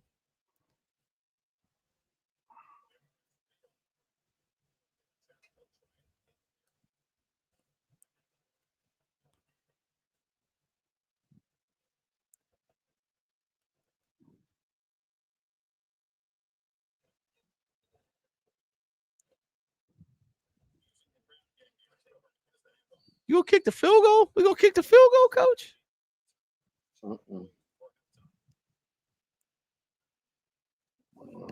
Should I chat? Should I just kick the field goal?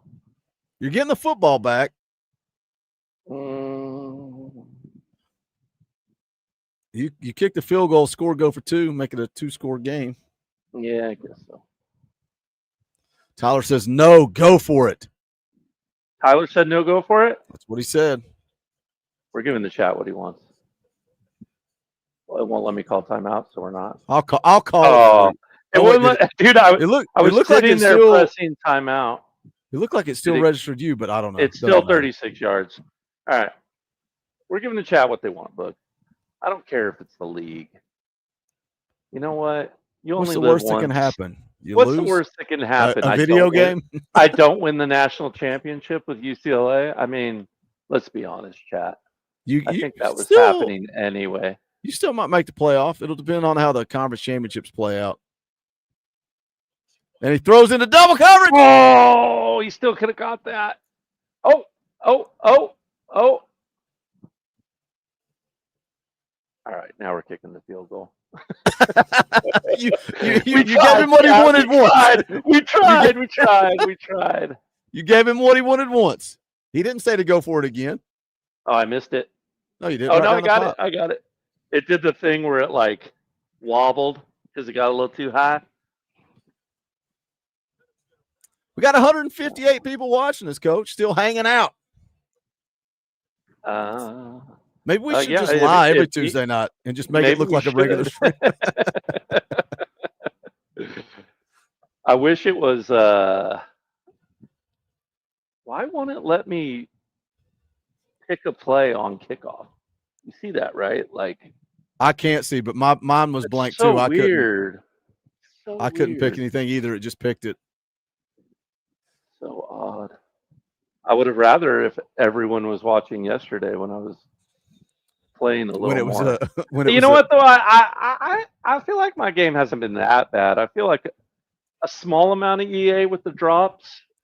well, also the pick The six. one got away. The whatever pick the six. glitch was. That got away from me. That got away. Like, well, that's true. But yeah, good point.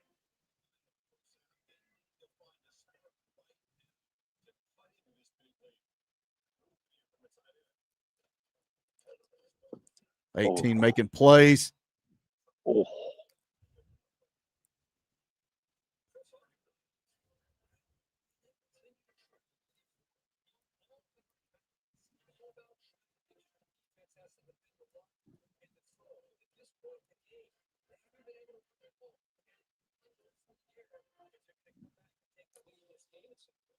And he had a little hole there too, didn't he, Bud? A little hole there. How's the crowd out of it? It's 21-3. Come on, let's get fired up. What? Wait, Who what? in the world was that to? What in the world? To the deep guy, but why? Were you running? Yeah, I was running. That's probably why. That's what it was. All right.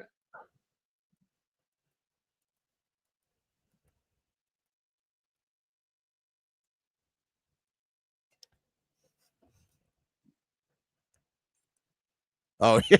Yeah. He's off his back foot, left foot up in the air. Yeah.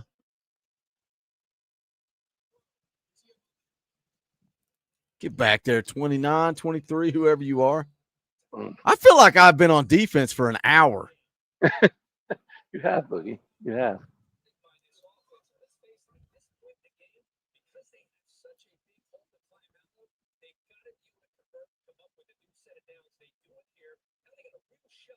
Little soft spot. Little soft spot.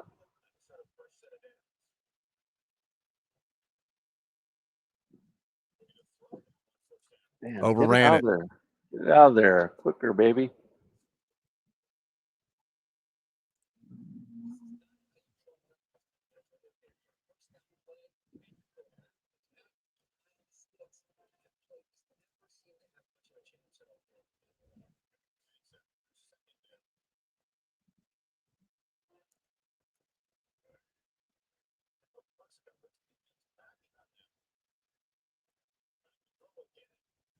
That is a Tim Banks blitz. I just brought the nickel back from freaking eight rows deep in the crowd. 3rd and 5. Get off the field.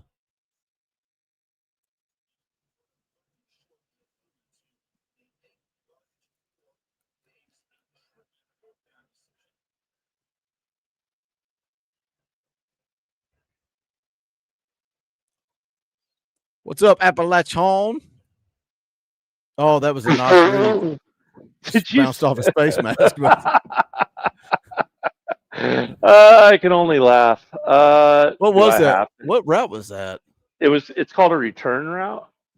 Oh, I think I know what play it was. But look, oh my gosh, do I have to go for it? Chat, should I go for it? They're gonna say yes. Because I would go for it. 21-3. I'd probably go for it.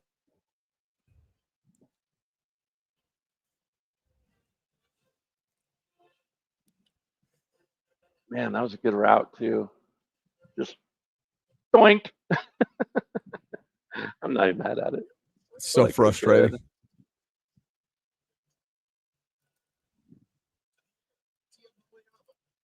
Oh, I tried to switch and pass him off. Ooh. I thought you were going a little drag. See how I switched? I did have the drag there, and it was just to try to bring you up for a second so that I could throw behind them, and thank God it worked.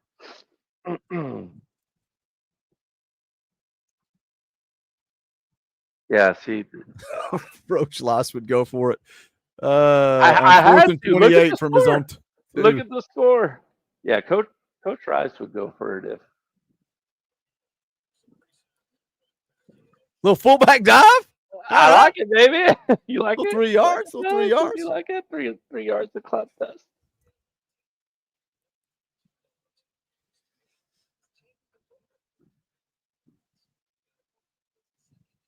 Wait, what? All right. No. We got to get out of this quickly.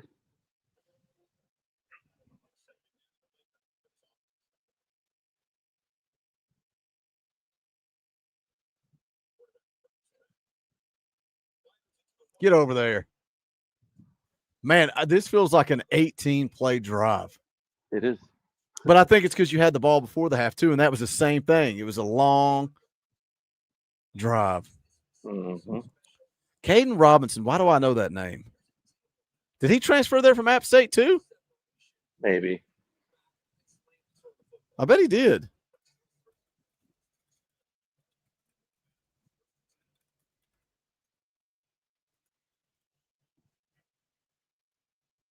Yes. Yeah, he transferred with Joey. I knew I recognized that name. Oh, man, I had a guy there and just crashed big time. Woof.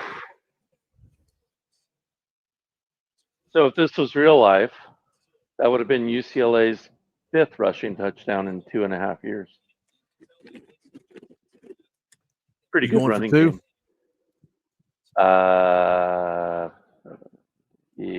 No. Dan, why did you say that, Boogie? Why do you say that? Because he knows. Give me that little fake field goal flip pass. He knows. You know what he knows, chat? He knows I'm running the fake field goal flip pass. We played too many times, Boogie. We played too many times.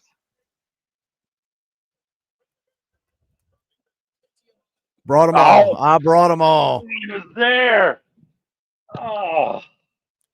10-play drive. Dang it.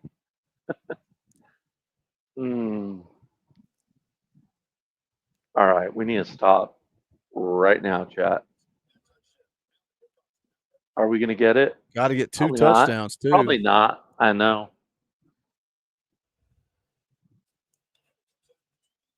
Yeah. Okay.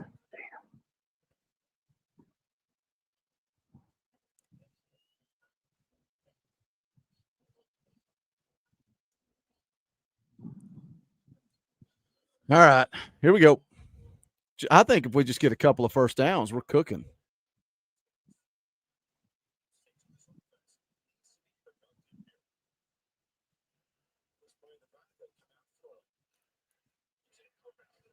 I like that. Little simple pitch and catch. Little simple pitch and catch. See, I've changed my playing you 3 times in 24 hours. I know. I usually spread you out wide, and now I'm doing these little bunch formations and mixing things up. Oh, look at that! Look at that spin, and then I get killed. I'm proud of making that one guy miss, though. I'll tell you that.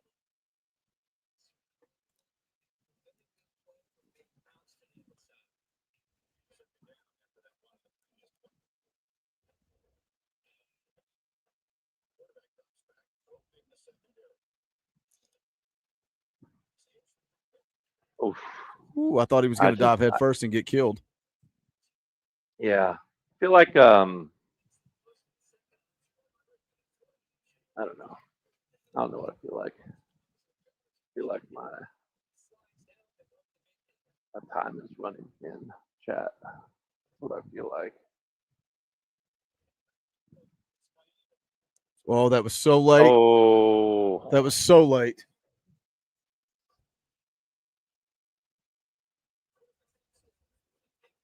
Nope, that's not what we want. Austin says, long time little lurker. Glad to be able to catch you live finally. Awesome, man. Good to have you not only in the chat, but being a part of the community, man. Hang out with us. That's terrible. We got a 3rd and a country mile.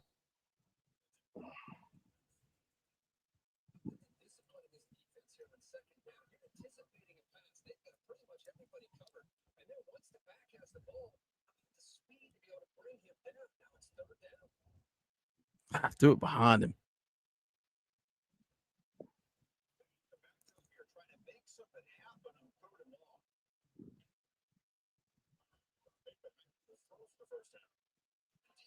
6. Little press coverage, fake the I screen. can, like, that's the problem. Like, that's what I learned from the last time we played. Like, I can't guard you with my corners if you go deep in press.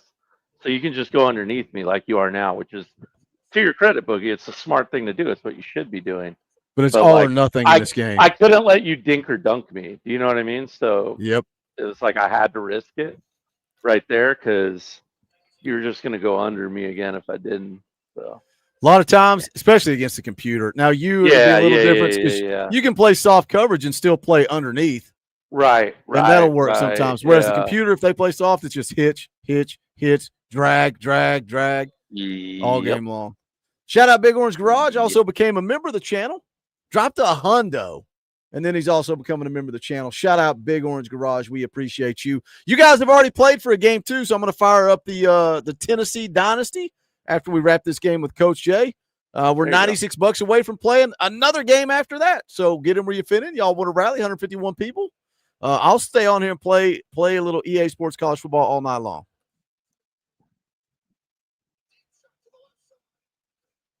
Wow. I cannot believe he caught that. Way to make no attempt there, number 2. You are no Chris Brazel. That is for sure, sir.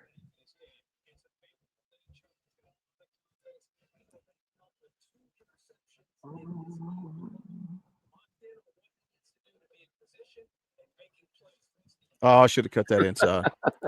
23 coming in hard in the paint right there. That's funny.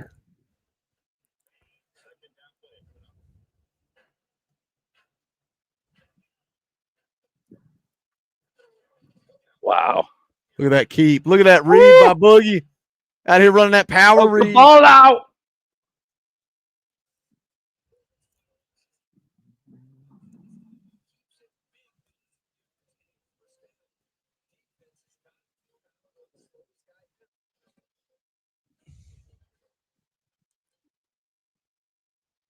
Oh, I should have done that earlier. I didn't even realize. I forgot about that.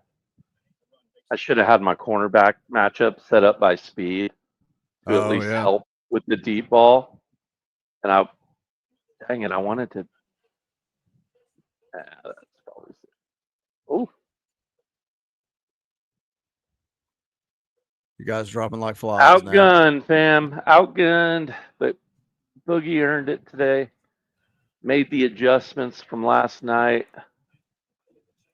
Gonna get her done. I really did make adjustments to my game plan off of last. You did. You did.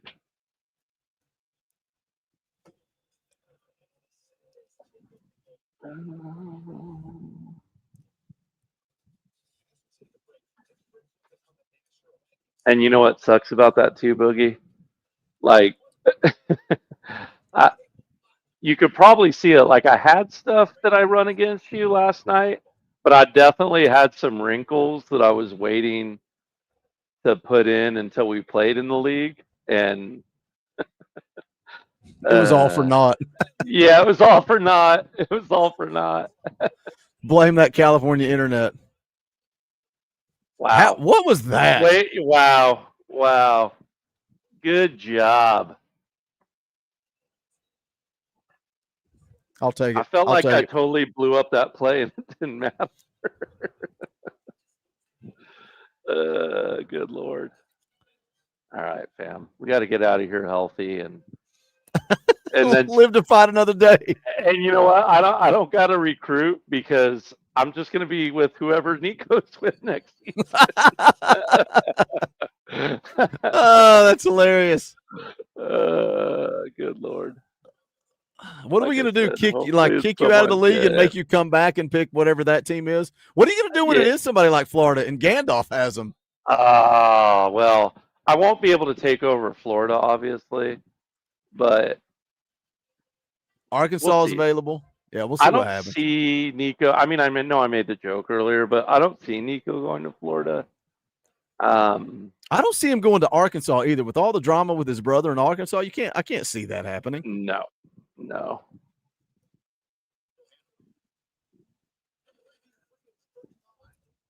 Yeah, no, I don't see that happening at all. Oh man, I feel like we're actually at the game. The audience is filing out. They've given up. They are. They're Coach like, I'm Jay. out. They're out. They're like, oh man, we went from like 160 to 137. I know. They're like, we're out of here. Coach Jay is toast. It's over. Yeah. He is toast. Just regular burnt toast too, not like cream cheese and jam. Oh, cream cheese. Oh, cream cheese and ham on some toast. Dude, some chives. Yeah.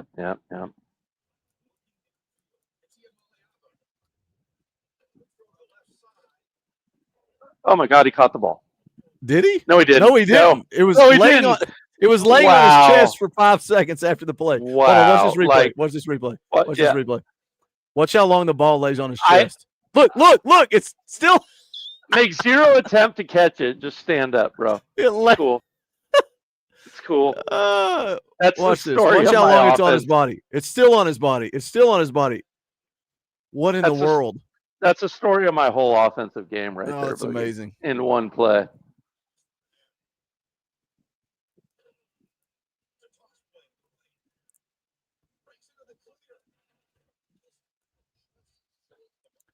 Man, we're just going to take you out, too. We're not just going to beat you. We're going to hurt your entire team. You might as well. At this point. Got nothing better to do. Nah, why not? Why not?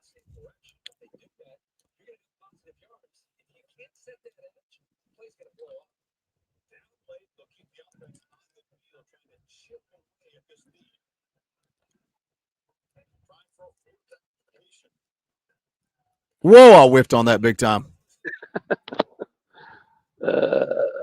Yeah, let's definitely substitute the tight end out. Yeah, what'd he do? Nothing. A whole lot of nothing. Watch me fly right by you. And dive. That's my favorite. That's my favorite. Lord have mercy. Trojan Fight says Tennessee doesn't drop after a loss. Lol. Yeah, I mean, maybe it's because they played one of the best teams in the country and took them to overtime. That's probably why. You're right. Only in the SEC does that happen because that's where elite teams play. Mm-hmm. Is a USC fan really in the chat and I'm playing with USC? This is embarrassing. Disavow. Is he from You think you find a friend? Did you find a friend, Coach? Oh, I tried to cut inside and undercut you. You know, I'm starting to believe I probably should have just ran power the whole game. After with the adjustments you made. It probably would have worked. That's the problem is if you play somebody that's good, you start doing that, they're going to adapt. Mm-hmm. So then you have to mix up your play calling. Mm-hmm.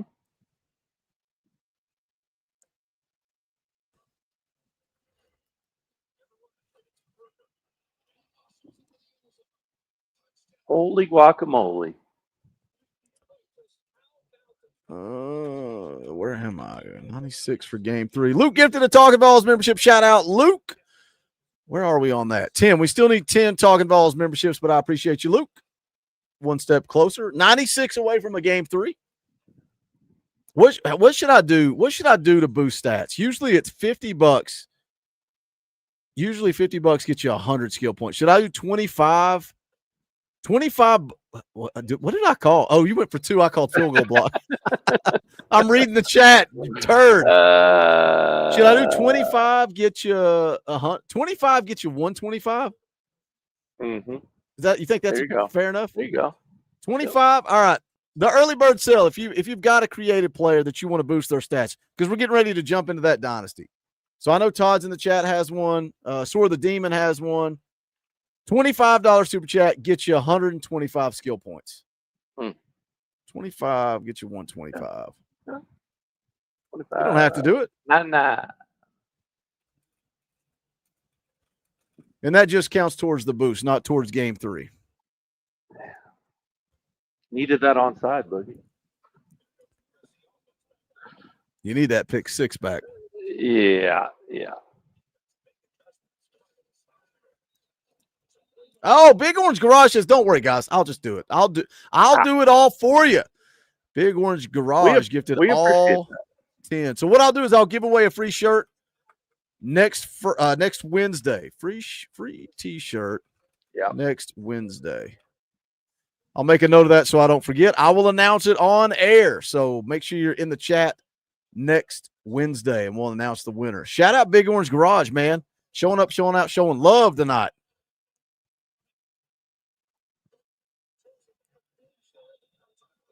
Heaven forbid we get a fumble, boys. Heaven forbid strip the ball.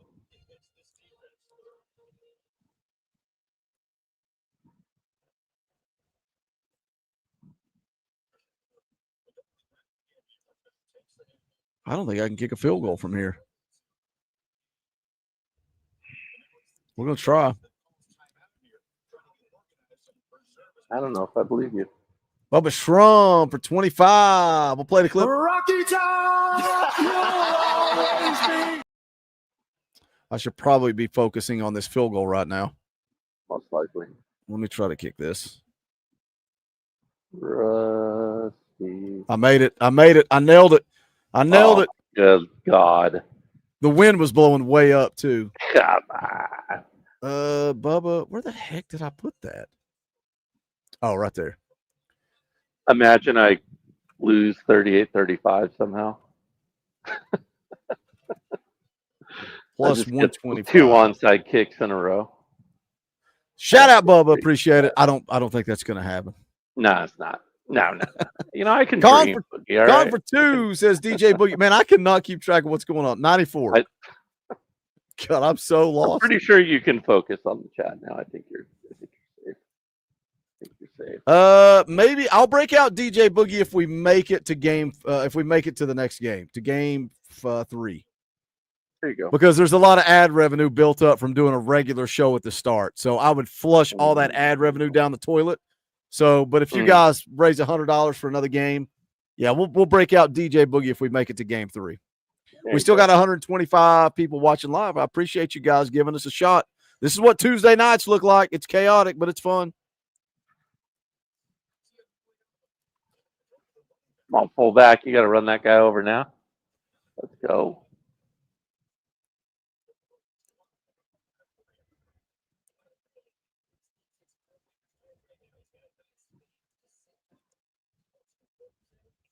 What? Game over?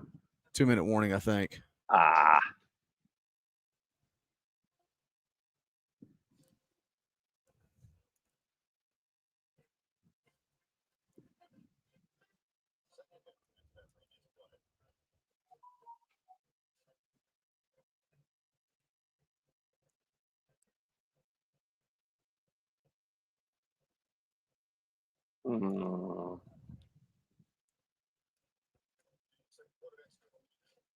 You gonna try to get him hurt? What we do? What are we doing? Really make the chat happy? We're just working. We're just working on some stuff. That's all.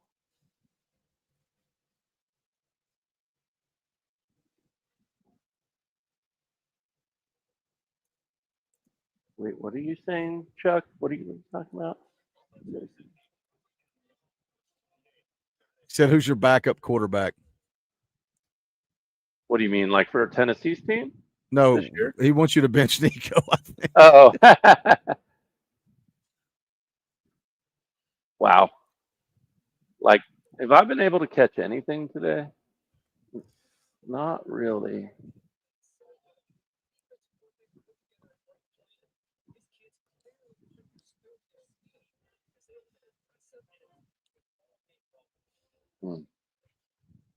Yeah, he's no good. That's what we're working with here.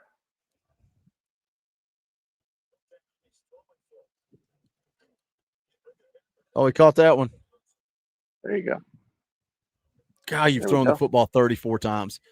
Have we ever played I guess we usually play 5-minute quarters, though. Mm-hmm. Or we're playing a full game.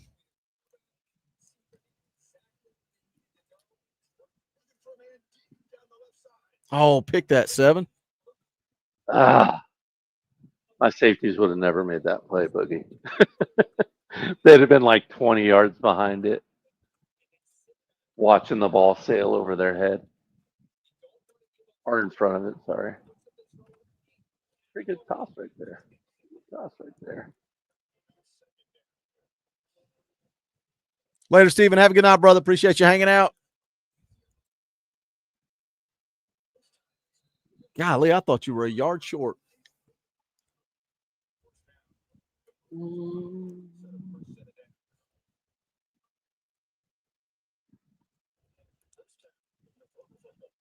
Oh, we finally got home. Finally got home. Finally got to where we were going to, fam.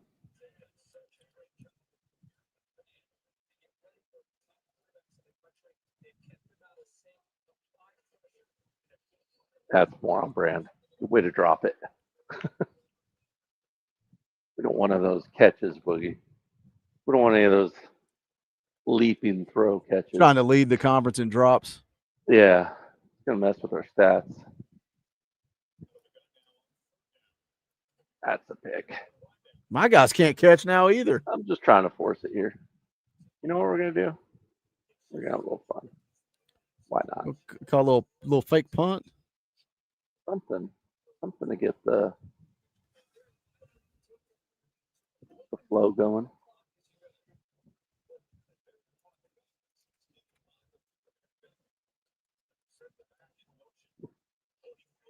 Pass! Oh, he got killed. It was worth it. It was worth it to watch him die. Slow, painful death.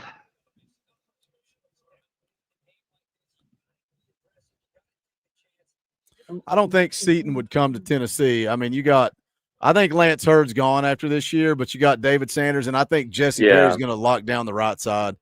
I think Dave will play left tackle next year.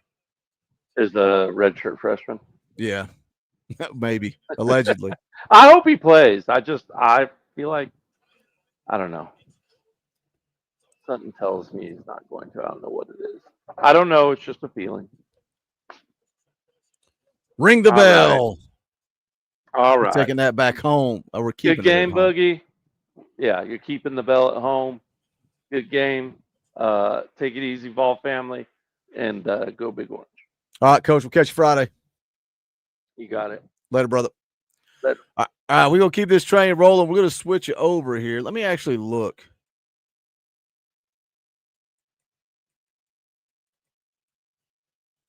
Let me see.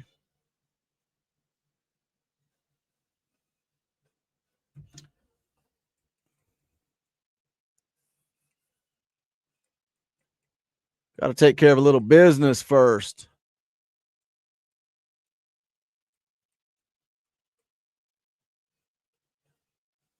We got a force win for Alabama. Man, nobody's playing their game. I don't know what you guys are doing. Force win for Alabama.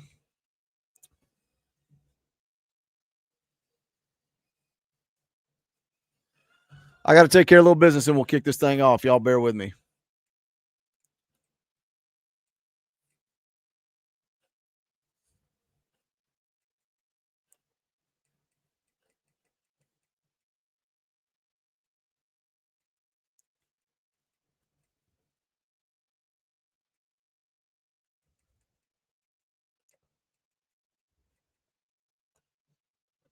In the Dynasty, we got 3 days to play, and if you don't play, your game gets simmed.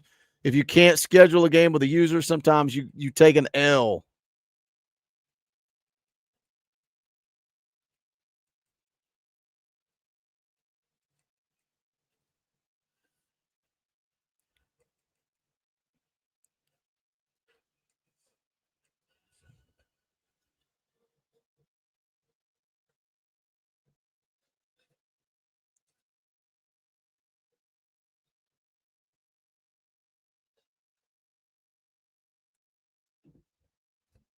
All right, what do we got? We still got 134 people hanging out. I appreciate you guys hanging out with me. Bubba Shrum took advantage of the sale. We're doing a sale if you've got a player and you want to boost their stats, you can do it. $25 is going to get you 125 skill points. You don't have a player, you can buy a player, $25 super chat. Is there a reboot plan in the future? No, because we carry it. I mean, it's still the same group that we've had from 25, and everybody just rolls over to the new one. So we are not We're not. Oh my gosh, I got Foul Ming coming up next. Foul Ming's not played the game in a month, I guess, but he's still going to be in the Big Ten championship against me.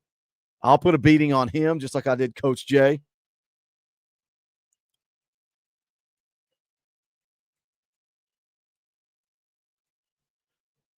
All right, let's switch over to the Tennessee Dynasty.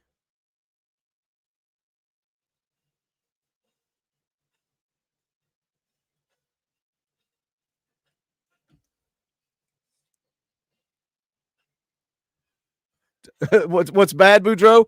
Seth is the only one that plays. Seth, because he's Navy. So he plays in the Army-Navy game and nobody else plays. So once Seth plays, we'll advance again.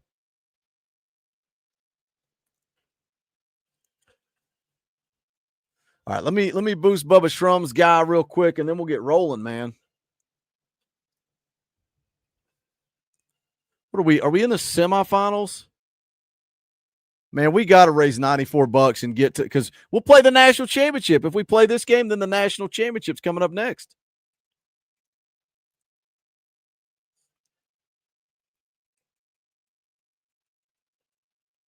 All right, 125 skill points for Bubba's guy.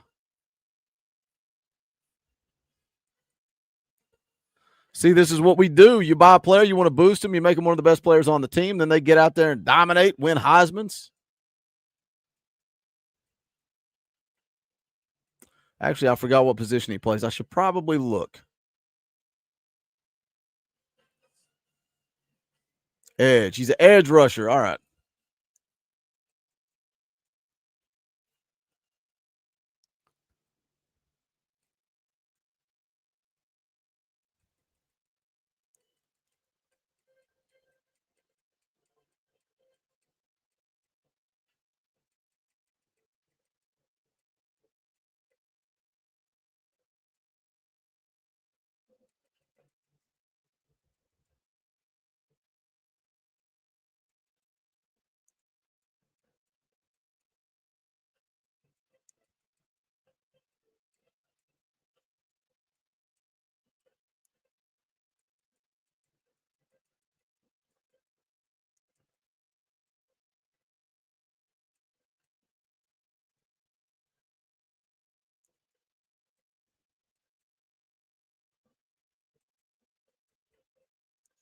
All right, there it is, 125. Let's see where he bumps. Guy's got to be 99 overall. 93 overall. How in the world did he not go? He's got 99 awareness, too. All right, Bubba, we got you boosted. Let me fix the depth chart real quick. I got to bump Dirk Diggler. Where is Brad? Brad just doesn't show up anymore. What's Brad's problem?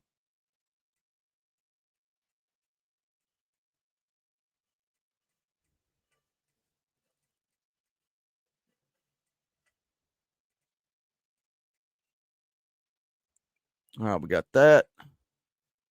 All right, so we got Pappy Muddy Puddles at left edge. All right, we're good. We're good. Shout out Bubba for boosting those stats. We got 122 people watching. If everybody drops $1, then we're going to play the national championship game after this one. If we got to get to Ohio State, let's not get too cocky. Let's not get too confident.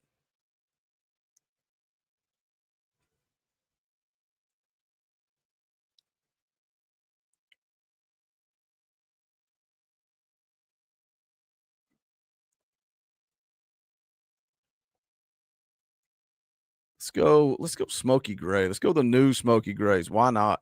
Why not?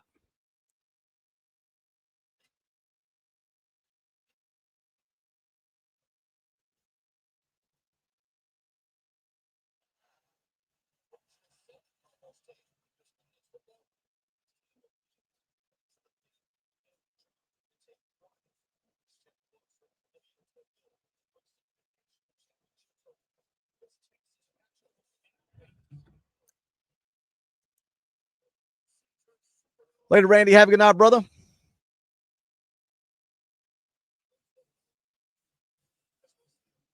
If we get to year 4 or 5, I would be stunned. We got so many people in the league. We advance every 3 days. So I don't even know if we finished the first season yet. It moves kind of slow to let everybody get a chance to play.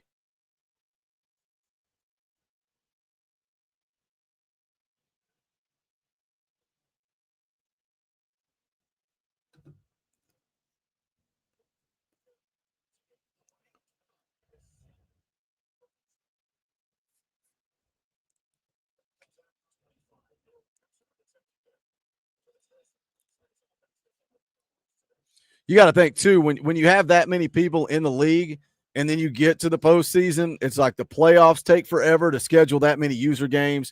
Conference championships take forever. The offseason takes forever. It's just slow moving.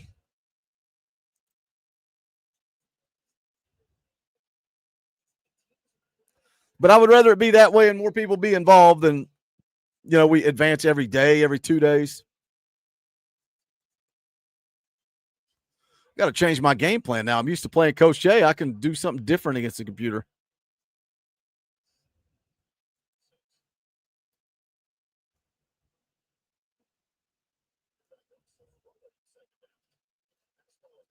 Oh, my gosh, catch the football.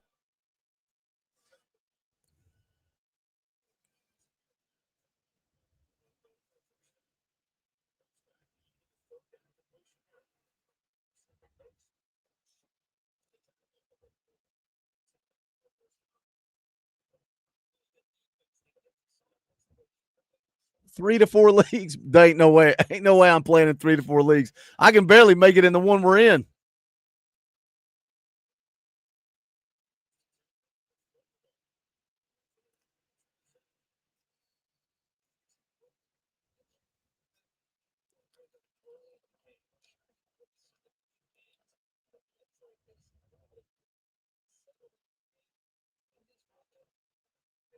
That's Dirk Diggler, and Brad's not even here to see it. Brad's not even here to see his little digitally animated Dirk Diggler the 6th.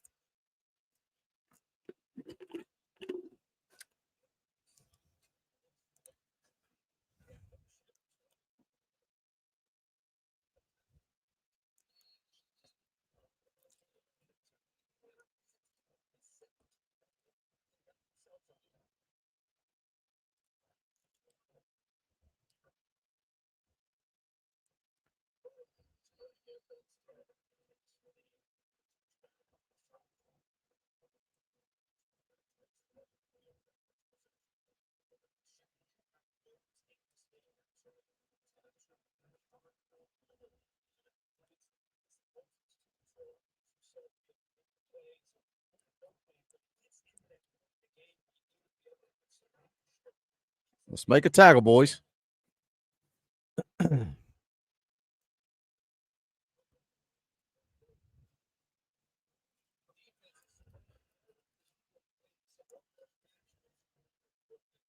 I've not even looked. Is the new ratings boost? Have they updated the ratings yet? I've not even looked at it.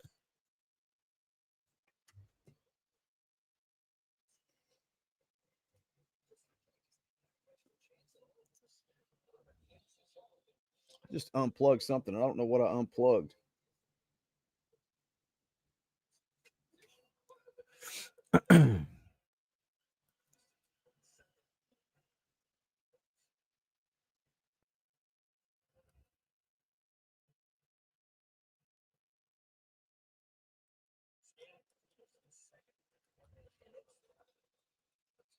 Big update last week, but it wasn't a roster ratings update.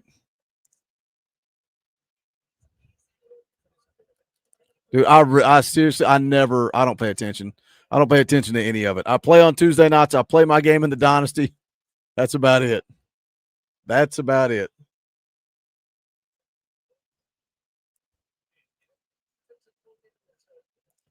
Attaboy, coach. Were you not in the chat last night when X announced that he had a baby? I thought you were in the chat when all that went down.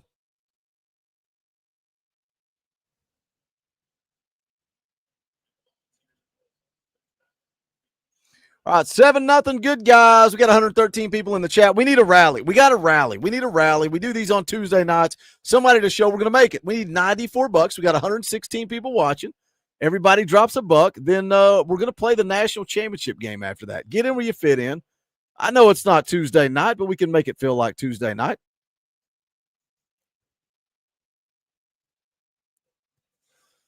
Man, I'll tell you what, mixing it up against Coach Shay, I'm going to use this little tight formation. I kind of like this little tight formation.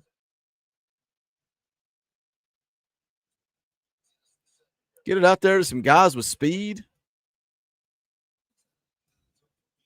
Brain says, still live. Holy cow, I came in to see the rewatch. You're still going.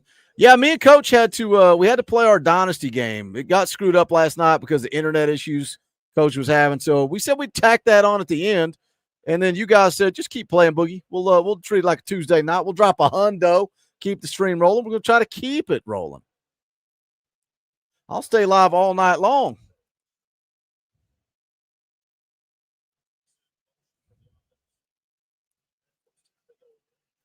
Terrible. Cut that back inside.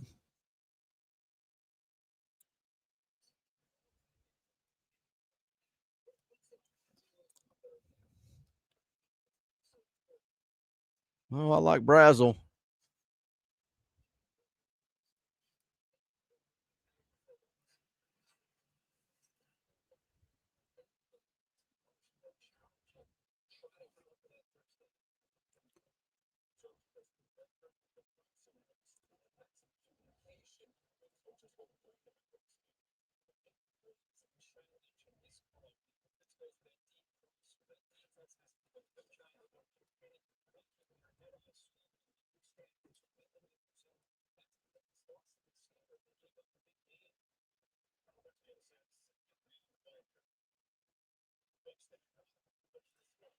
Catch the football.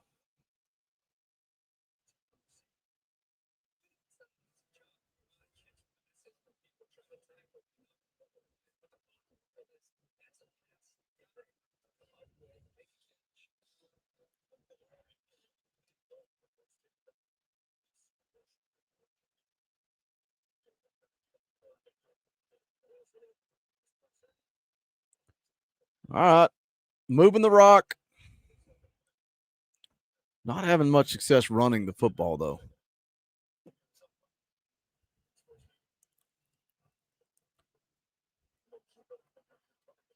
There we go. P. Lou.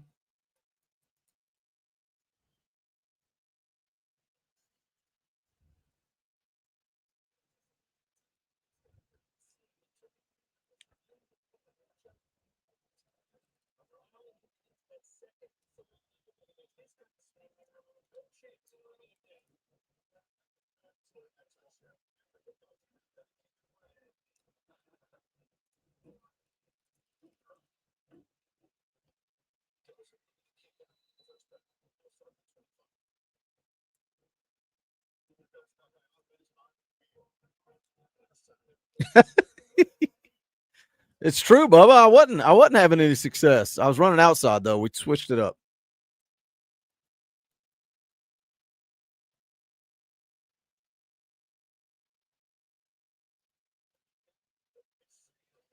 Woo, Caleb Herring just untouched.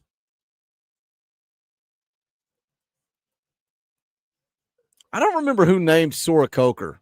Somebody named Sora Coker, and then are they still in the chat?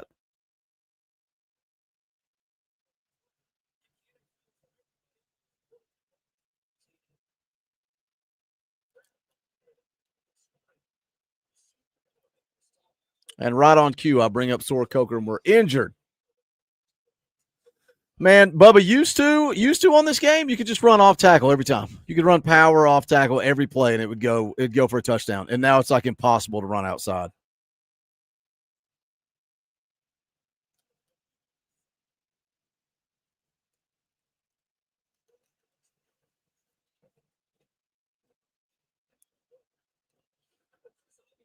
Jumping all over him.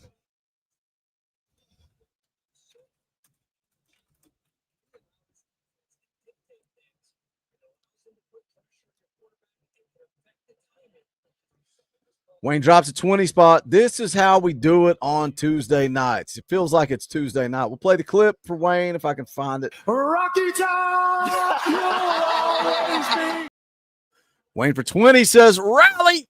That's how we do it, man. That's how we rally. We got 112 people. Everybody drops 50 cents.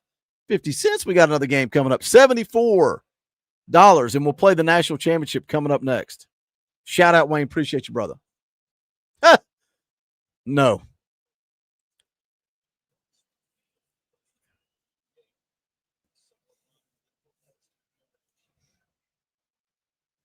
Yeah, everybody's YouTube name changed for some reason.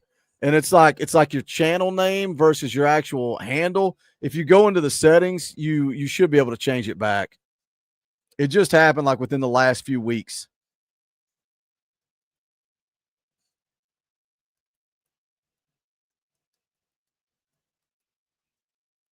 All right, why are you not letting me check?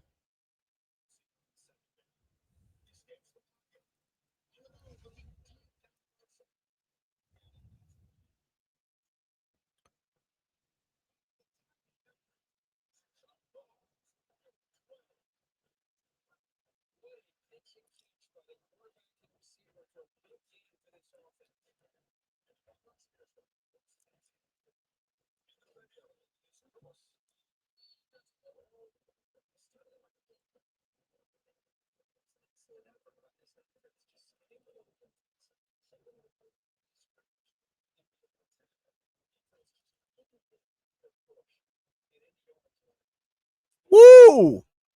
Oh my gosh, I don't know how he missed. All right, into the first quarter, taking care of business. Todd's treating it like it's a Tuesday night. What are you sipping on, Todd? Still sipping on some of that Buffalo Trace, I hope.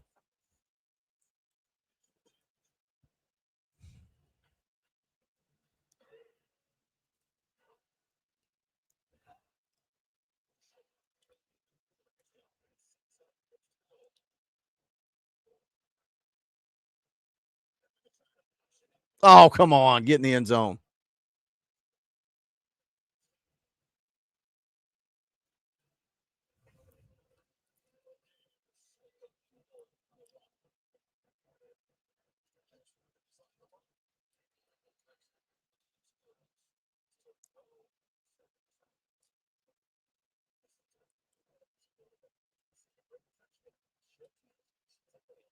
We're putting a flat-out beating on Ohio State.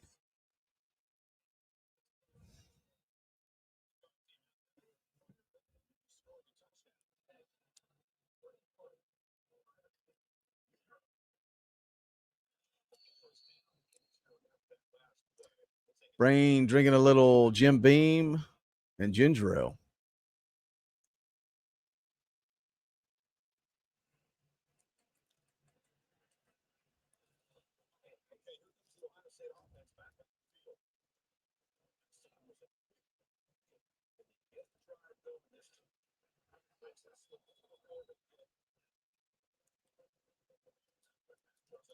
Happy Muddy Puddles with a TFL.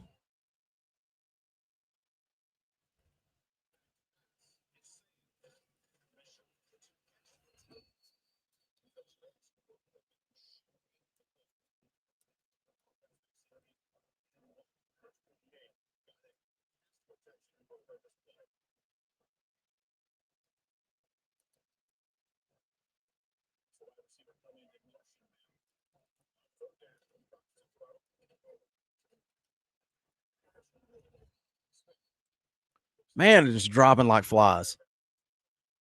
I like the wear and tear. It makes sense. It's cool. It's part of college football. It's exhausting, though.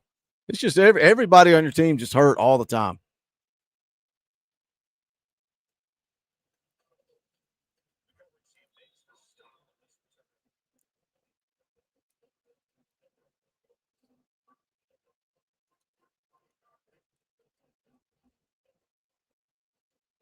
Keep running this little tight formation. See if I can find what we got here. What we got here? Find some stuff to use on Coach. Oh, I like this play. I like that play. I like that play. If we run it clean.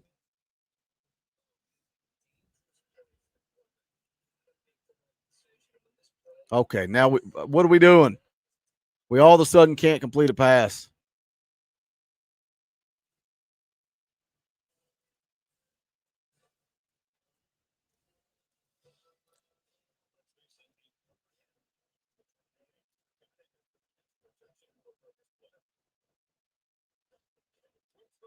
There we go. All right. Let's come back to that.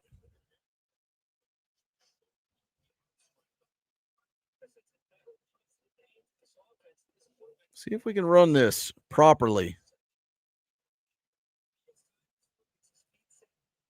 Yes.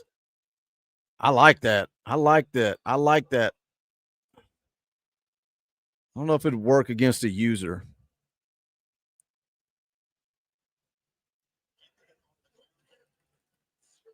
Bubba, I think he's a freshman or sophomore because Joel's the one that paid for him, and like Joel had him in the last game. But when we moved all those guys over, I told him he could either add him now or he could wait. He waited, so I think he might be a sophomore.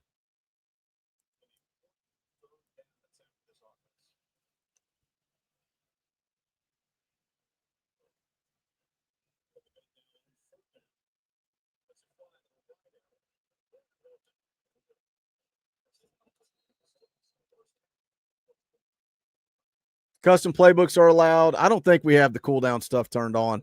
Our rule is pretty much just don't be a jerk. If you're playing the computer, you can run all the cheese you want to run. I do not care what you do against the computer. If you're playing a user game, play it straight up. Just don't play a bunch of cheese and cheap stuff. That's pretty much our rules.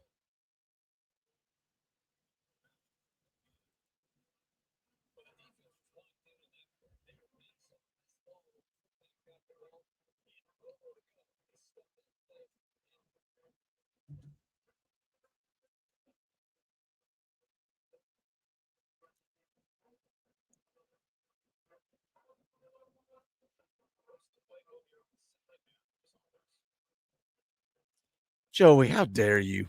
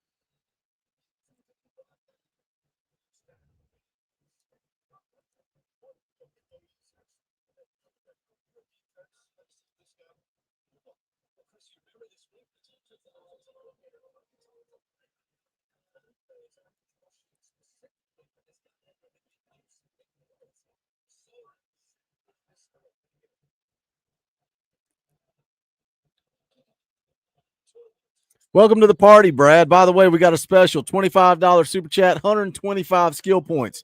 Although I don't know that Dirk Diggler needs it unless you're going to play him both ways.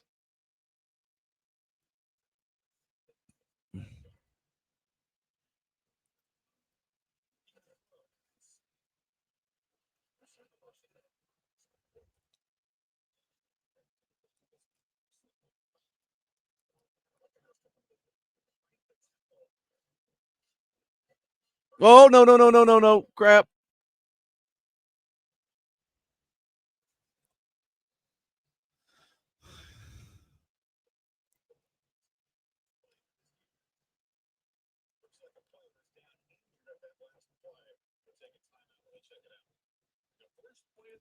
No, it's because last night, Brad, after you bailed out, me and Coach tried to play our game, and his internet kept crashing out. So We played our Patreon Dynasty game tonight at the end of the stream.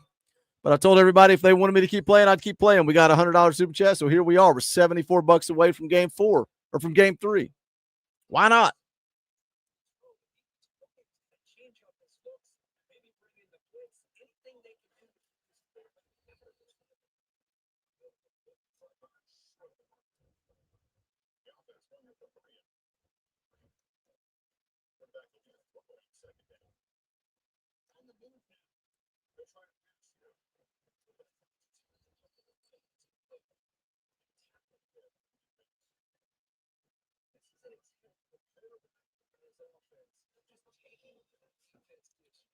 I don't even remember what the score was. It was not very close.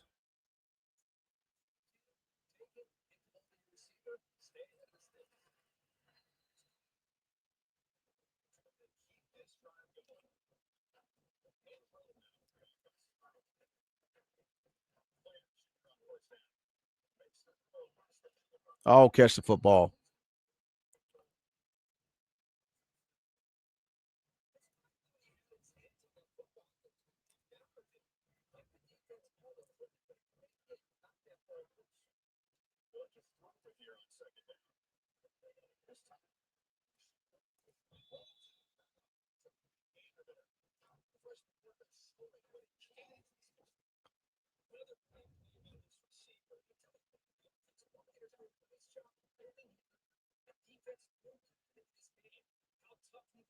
Oh, come on.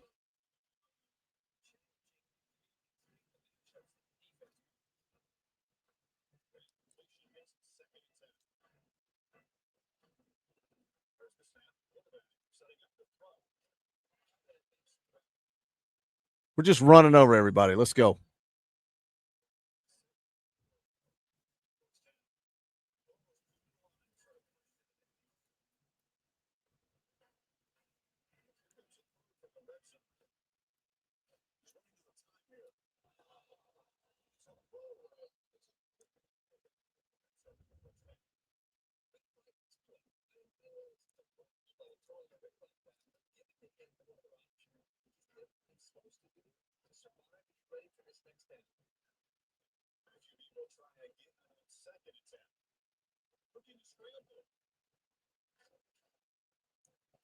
This has been the worst drive I've had the entire game.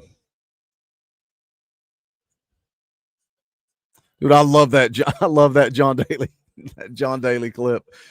Where's the first tee? What's the course record?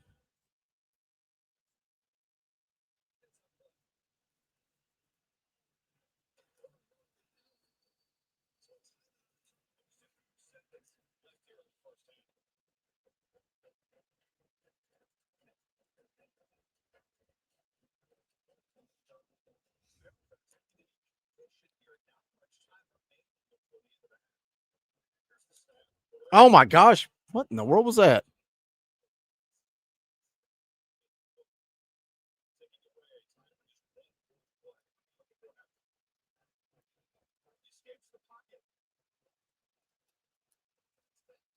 We'll walk in.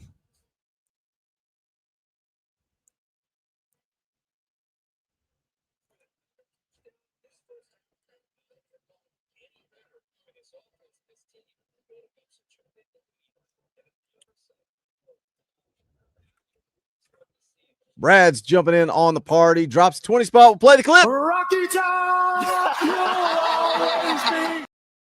Brad says, I'll rally, having to do some work before bed so I could use some background noise. LOL, GBO. Shout out, Brad. Appreciate you, brother. 54 bucks away from, we got to get 54 because we get 54. That means I can play the national championship. I can do the offseason off air, and then we can show up next Tuesday. Brand new season. Brand new season. Hey, have a good night, Big Orange Garage. Appreciate you, brother. You were very generous tonight. I appreciate that support, man. It means a lot. Thanks so much.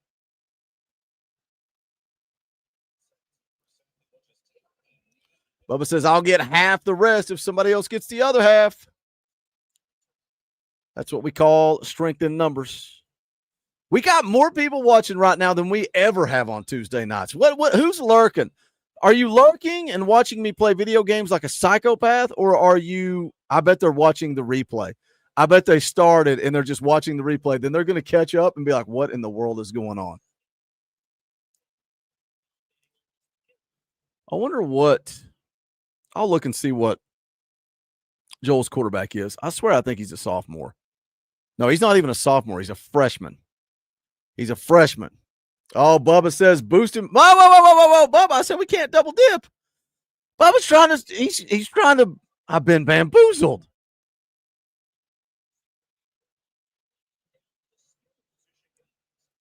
I've been bamboozled. I said we're not double dipping on the special sale. Bubba, how you gonna back me into a corner like this? Bubba drops to 27. We're halfway there. Rocky Top! You'll always be. Come on, Boogie. We got bills to pay around here.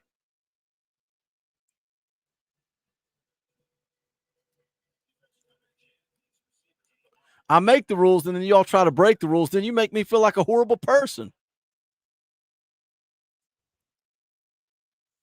See, Bubba's understanding. Bubba says, my bad. My bad, Boogie. It's okay.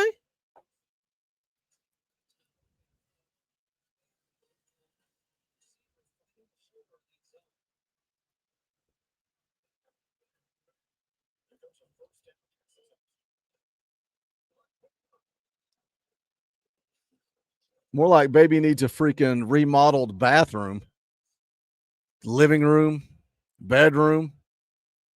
Although they finished today. Hopefully they finished it. I didn't make a video today because they were finishing up all the work from all the water damage. But hopefully they're done. Other than some stuff we got to do on the outside. Big Orange Garage is like, I'm not gone yet, Boogie. I'm not gone yet. All I know is go Vols, because that's all I know. Go Vols! Shout out Big Orange Garage. We got the national championship coming up next. Man, you have been very generous. I appreciate you, brother. Thank you so much.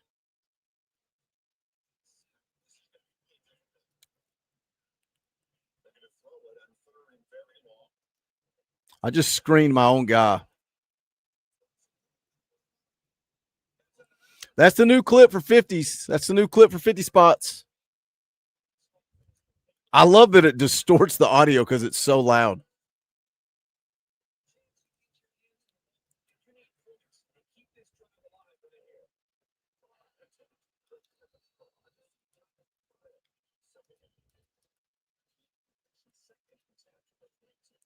I mean, I don't know what to do. I can count that towards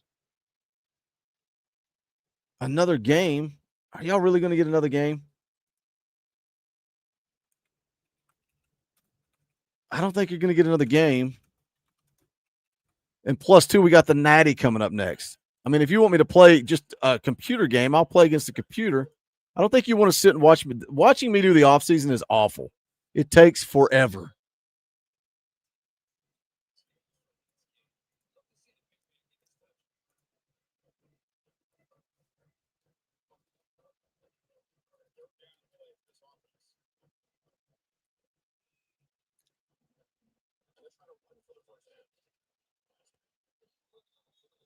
Come on, man. Come on, man.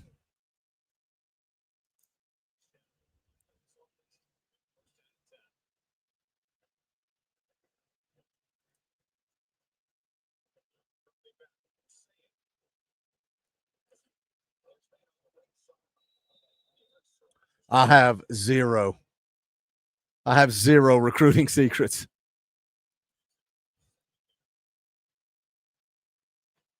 I did put together somehow, some way, a decent class with USC. Not great, but decent compared to what I usually do.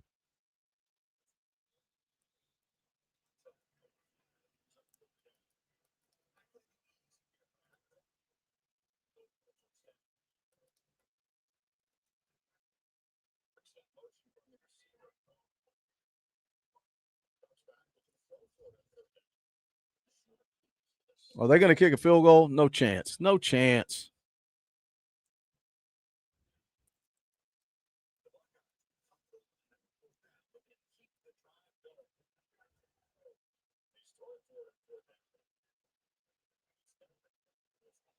Man, that's just straight up going for the kneecap.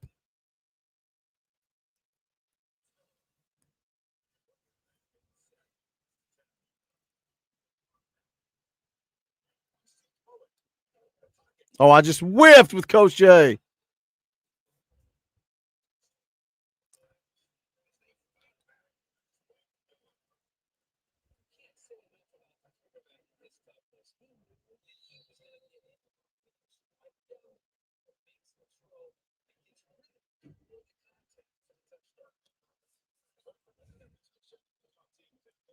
Hey, later, Todd. Have a good night, brother. Hope to catch you Friday morning. Next live stream Friday morning. Appreciate you, Big Orange Garage. Have a good night, brother. Every running back on our roster is hurt, by the way. We got our fullback. Our fullback is taking snaps at running back.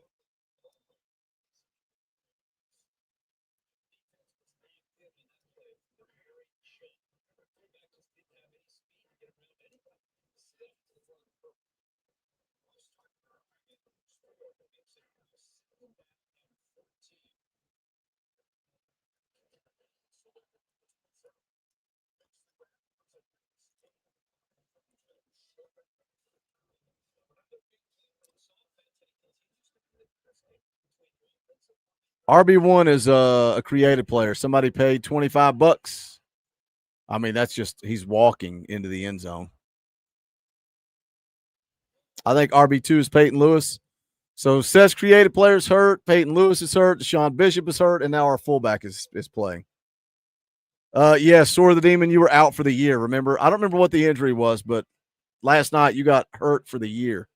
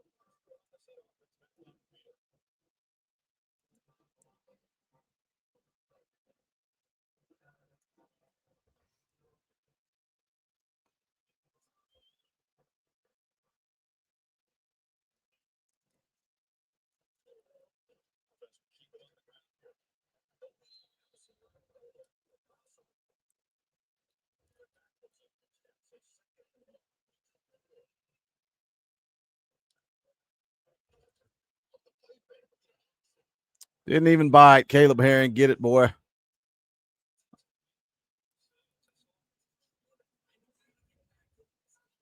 Our entire defense is star players.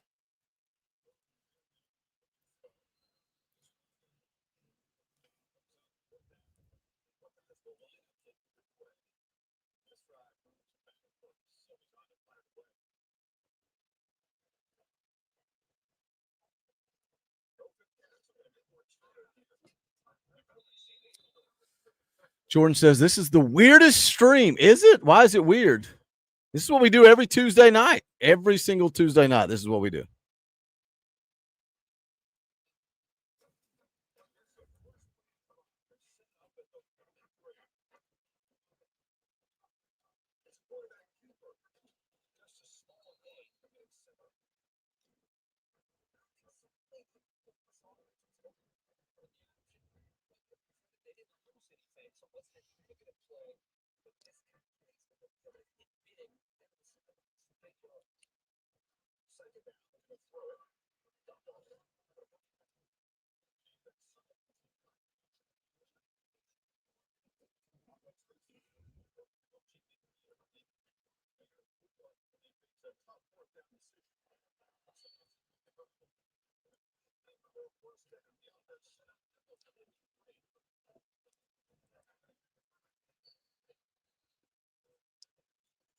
I am surprised that we have 100 people still watching 2 hours after the regular stream ended. Again, I do just wonder how many of those people are watching the beginning of the stream. They just came in, turned it on, started from the beginning, get about 60 minutes in and be like, what in the world is going on?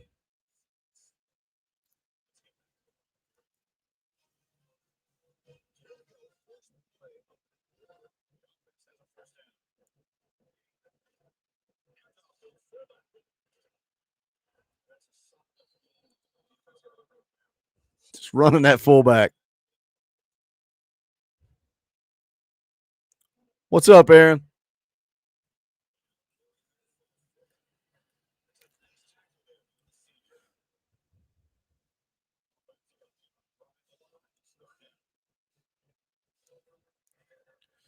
I would not be surprised at all if Boo Carter plays somewhere else next year. Not at all.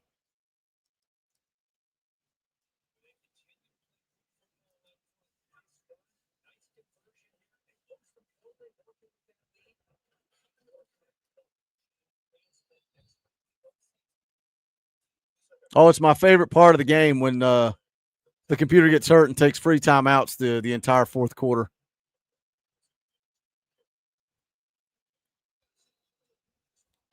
DJ Haney, what's up? Been lurking since the stream started, just hanging out. That's what it's all about. Appreciate you hanging out with us.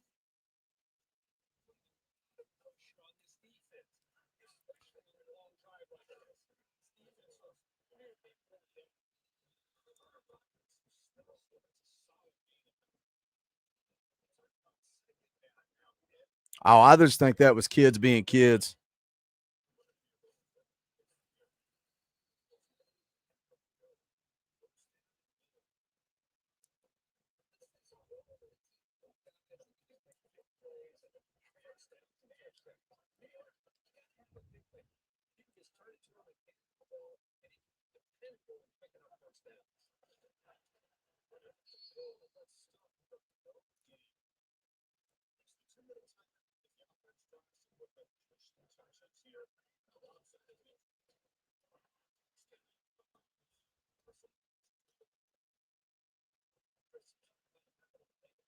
Shoot, I wouldn't trade Seaton for Boo. Keep Boo Carter. We got Jesse Perry and David Sanders next year.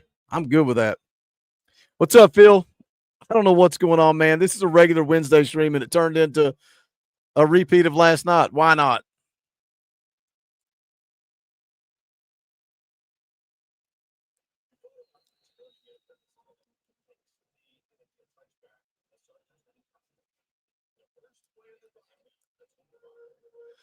I made a video. What was it? Monday, I think. There's 2 4-star edge rushers that Tennessee's looking to flip. I think Tennessee's going to flip some guys. I think Clemson's going to be interesting to watch. Obviously, Virginia Tech and UCLA firing their coaches. Does Tennessee look to flip anybody there? Clemson's one to watch, man. Clemson's one to watch. Dabo Swinney's a train wreck right now.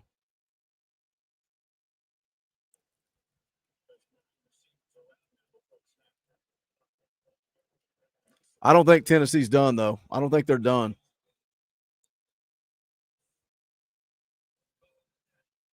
Wayne immediately takes a shot at Phil. He's like, welcome to the family, Phil. Now let me take my shot.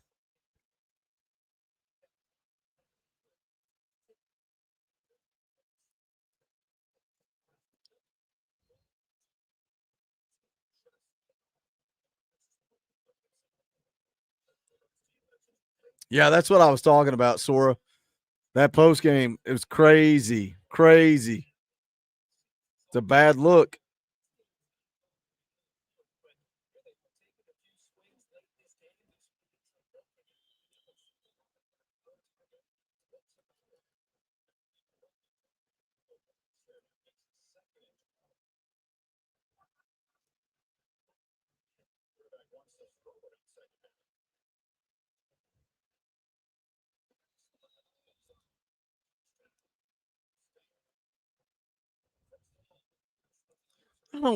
We talking about basketball again?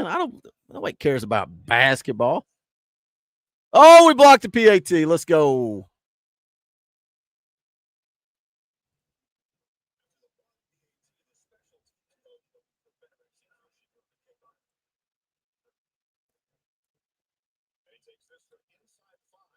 I hope Boo stays. We need Boo to stay. I hope Boo learned from everything that went on this year. I hope he learned from it, and he does stay and finish his career in Knoxville. I think that would speak volumes for him at the next level. If he says, I learned from that, I grew from that, I stuck it out with my teammates, I finished my career in Knoxville. I think that would speak volumes for him at the next level.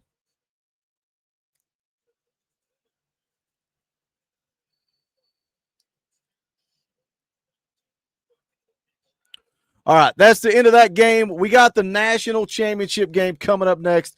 $177. I don't think that's going to happen. Y'all do something crazy and make it happen. I'll play a game against the computer. I'll do whatever you guys want to do, but I will be right back. I'm about to die. I've got to pee and get something to drink. I'll be right back. Don't go anywhere.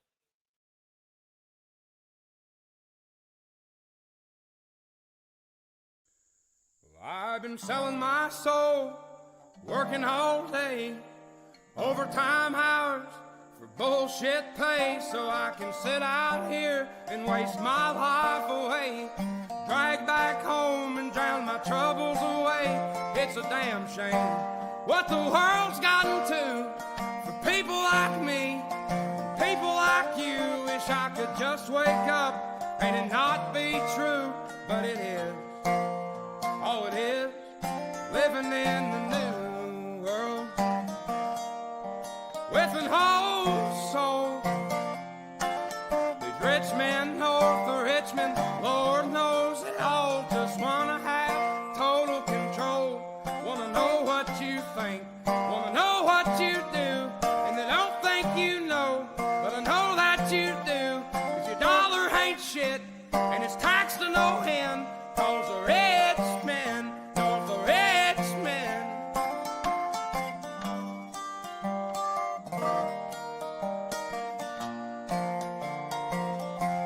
I wish politicians would look out for miners, and not just miners on an island somewhere. Lord, we got folks in the street, ain't got nothing to eat, and the obese milking welfare. Well, God, if you're 5'3" and you're 300 pounds, taxes ought not to pay for your bags of fudge rounds. Young men are putting themselves 6 feet in the ground, 'cause all this damn country does is keep on kicking them down. Lord, it's a damn shame what the world's gotten to for people like me, people like you. Wish I could just wake up and it not be true, but it is. Oh, it is living in the new world with an whole soul. These rich men north of Richmond, Lord knows they all just wanna have total control. Wanna know what you think, wanna know what you do, and they don't think you know, but I know that you do. 'Cause your dollar ain't shit, and it's taxed to no end. 'Cause the rich men, north of Richmond.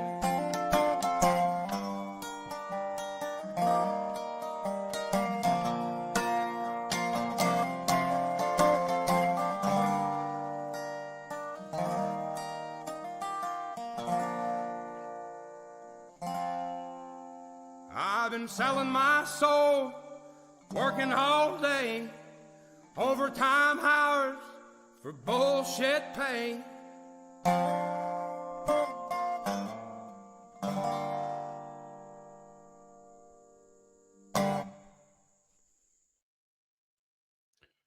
All right, we're back. This is going to be comical. The national championship game is Tennessee versus Louisville. Louisville? Whatever.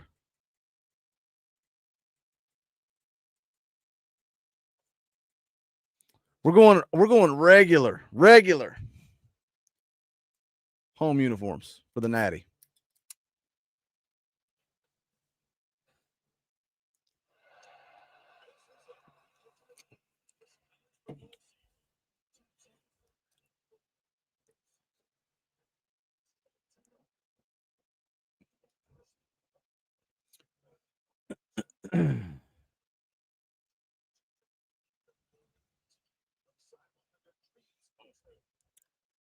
Watch them beat me after what I did to Georgia, Alabama, and Ohio State in the playoffs. Watch Louisville beat me.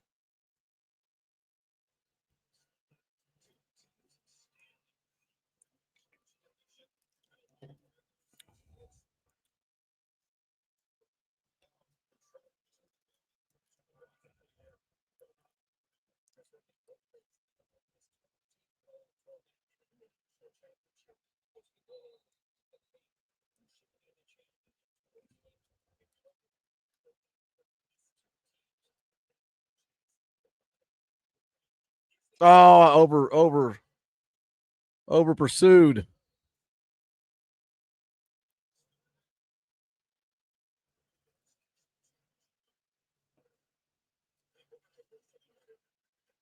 All right, they're moving the ball. I'm telling you, they're going to beat me.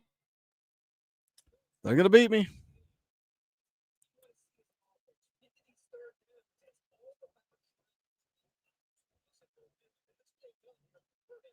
Here we go. Here we go. Oh, man.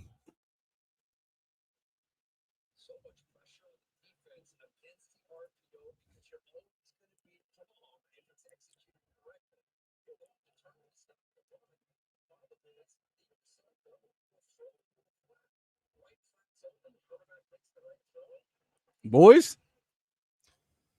Boys? Boys?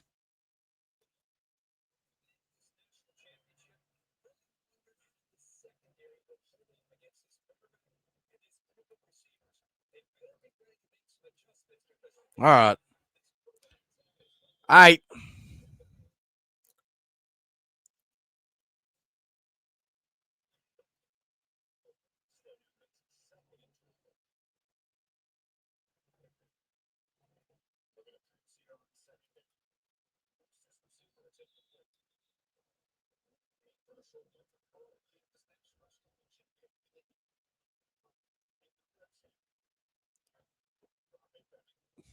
Oh, my gosh.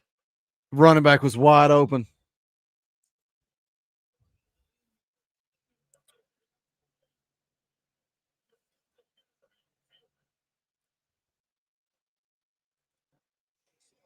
I'll give him the 3. We're all right. We're all right.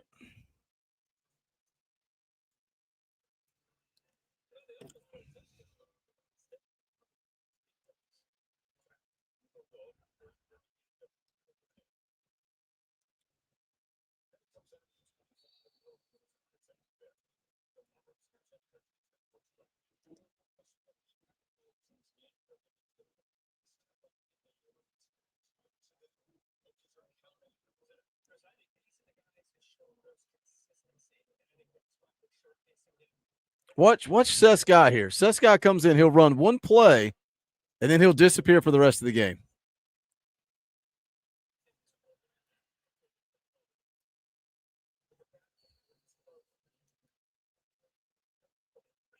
He gone.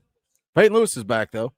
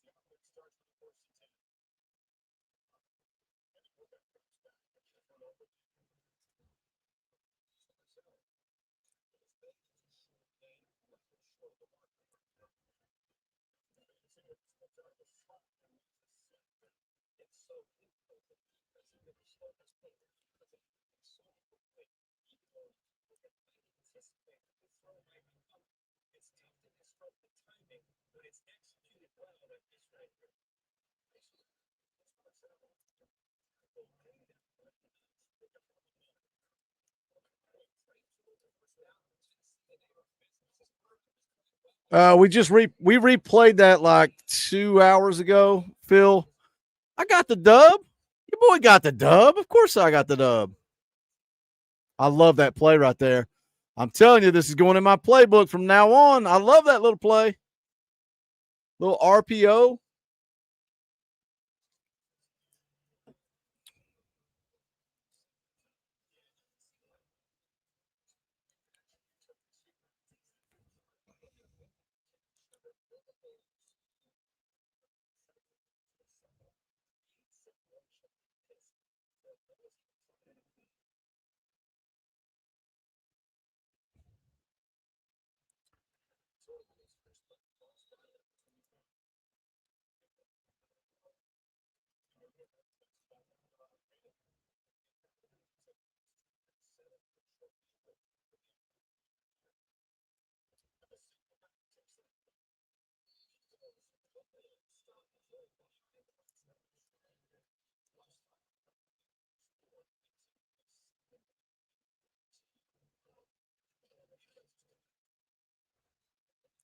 Now we're cooking.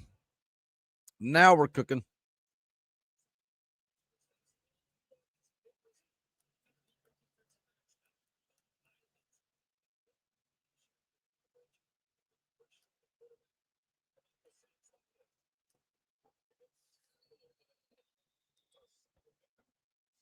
I'm going to be so lost. What am I going to be lost on? What are you talking about? What am I lost on?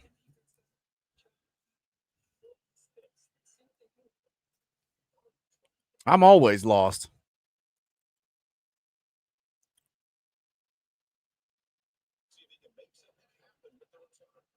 Look at me running this like a freaking middle school punt return. Just making dudes miss. Oh, I know what y'all are talking about. That person won't be back more than likely.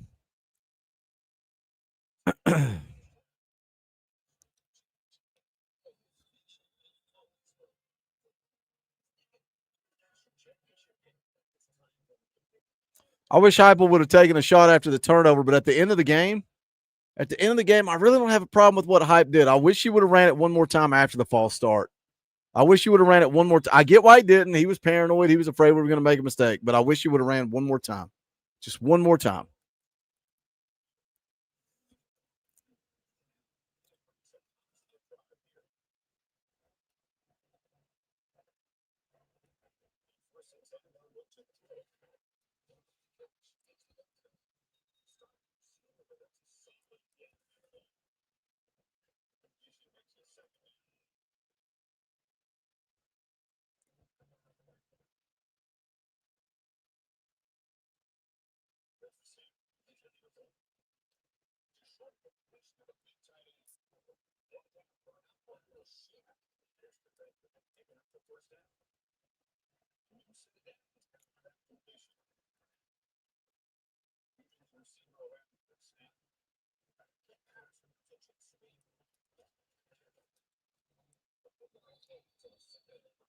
I wish after the turnover they would have taken a shot, but even in that situation, Heupel said it was because they had the penalty on the first down.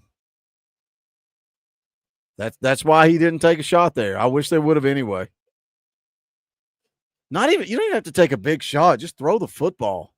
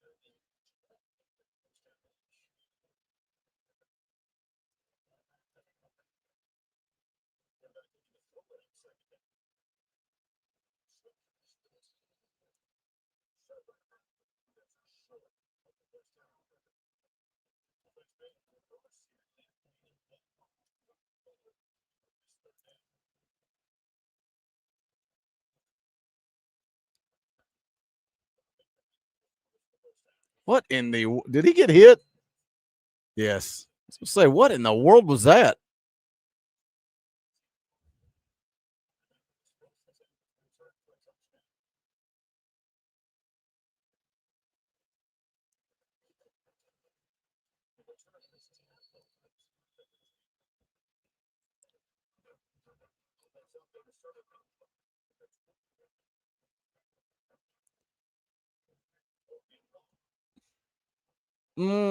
Get outside.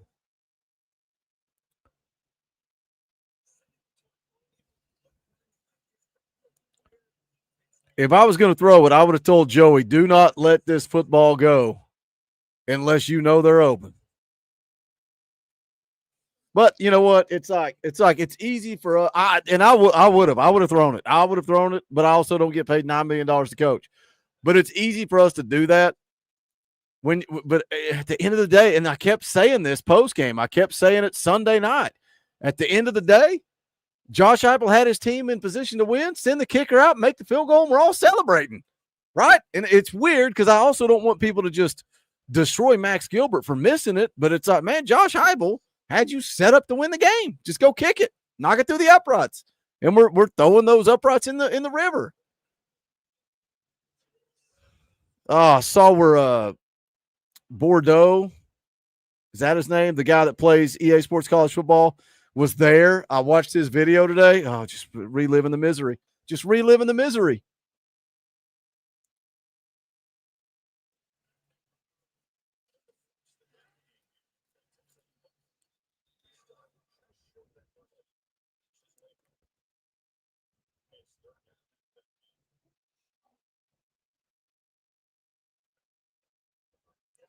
Max Gilbert makes $300,000 a year. I highly doubt that.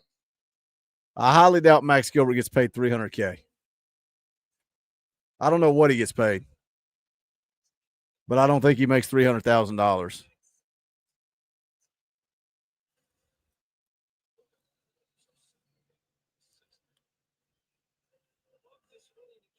I don't watch a whole lot of the guy.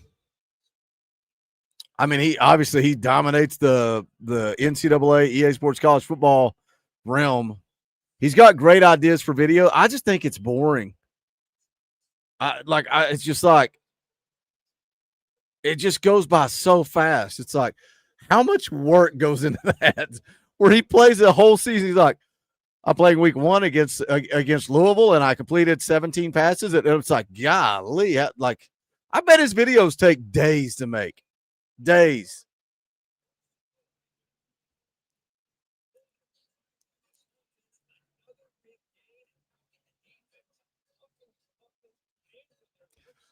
Phil, the problem is I watch the game live. I rewatch every game on Sunday so I can take more notes. Then I rewatched Bordeaux watch it. Who else did I watch? I watched that at the end of that game like 5 times. Oh, my gosh.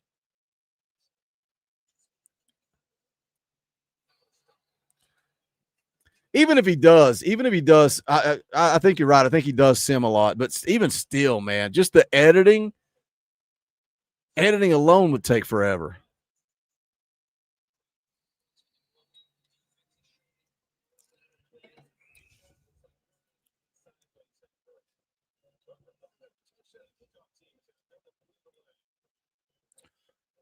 I'll tell you what, I don't know how much it impacted my business, but I was making a lot more money on Tuesday nights when I was playing NCAA 14. When I was playing NCAA 13 and then I switched to 14, way more people were invested in it. And I don't know if it's because when the new ones came out, people were like, well, I'm not going to watch Boogie play this anymore. I'm just going to play it myself. When the new game came out, it really hurt my business on Tuesday nights. Now, you guys still show up, show out, and show love, but overall, it did impact it. So I would imagine his numbers are way up.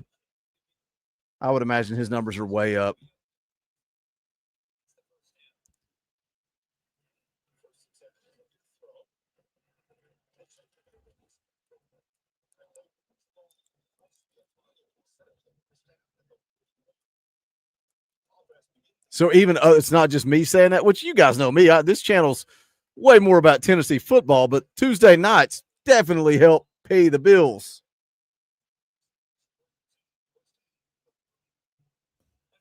Phil, that's my secret, brother. I don't edit anything. I don't edit anything. Nothing. It's raw, it's real, it's uncut, it's unfiltered, it's unedited.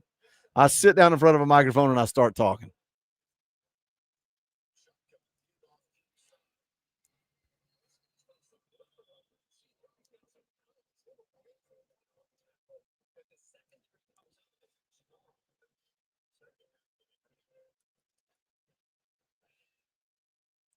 Tuesday nights, I used to almost always be up till 11, 12 o'clock playing. Now, if we get to 4 games, that's a good night on a Tuesday night. That's a good night.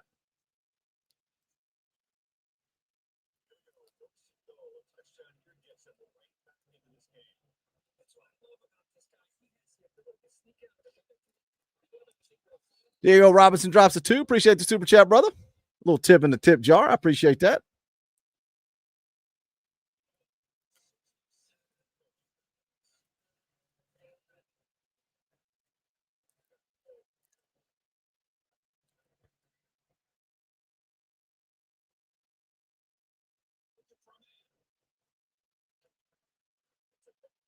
Louisville's given me the best game I've had in weeks.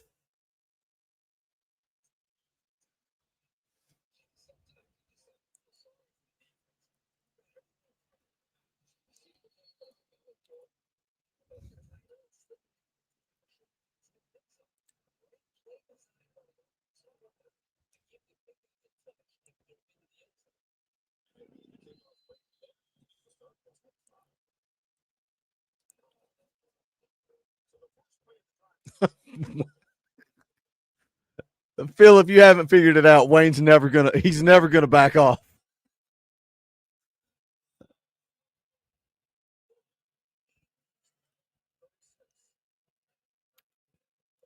That sucks, Joey. That sucks, dude. Unexpected expenses suck. That's why all this crap with the flood and the water damage just freaking killed us. I'm grateful for this community for helping out with that. Otherwise, we would have been. And it's still brutal. It's still brutal.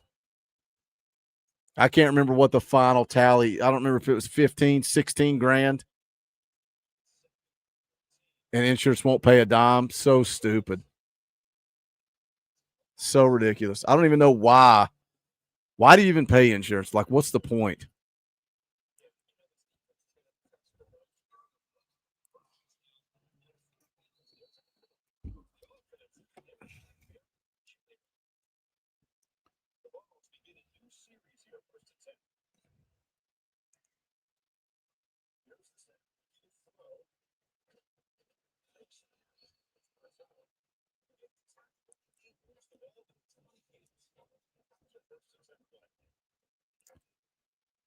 I'm just glad they're done with the work so I can get back to pumping out video. Dude, I was having to get up at like 6 in the morning to get a video out because I had to get up, make the video, get everything uploaded, make the thumbnail, all that stuff before they got here at 8 o'clock.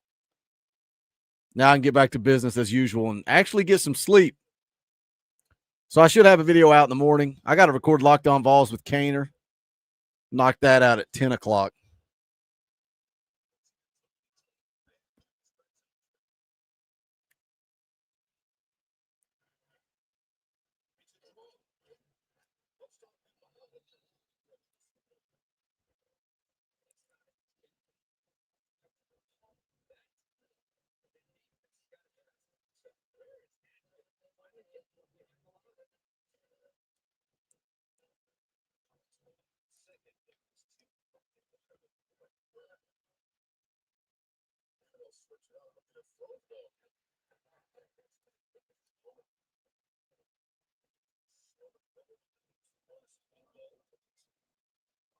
That's what I've heard, Aaron. I've heard he can.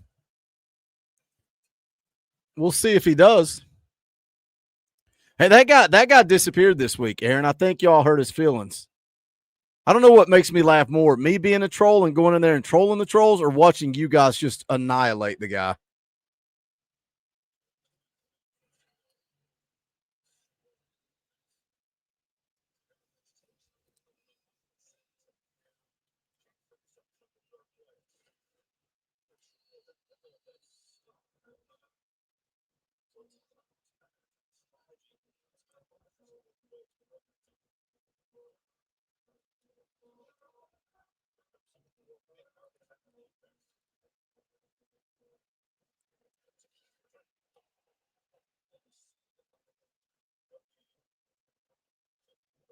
Good Lord, can we not pump this thing in?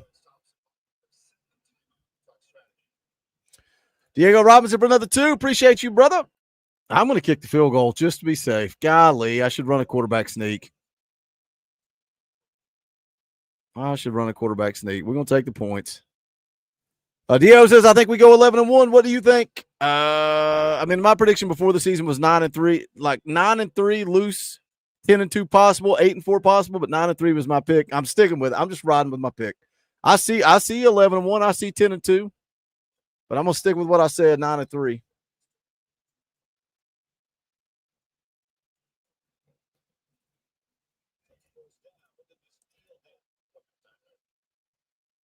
JG doesn't like me, so I'm not allowed to like him. That's my rule.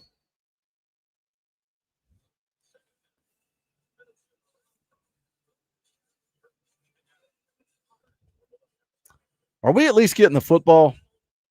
Yes. Okay.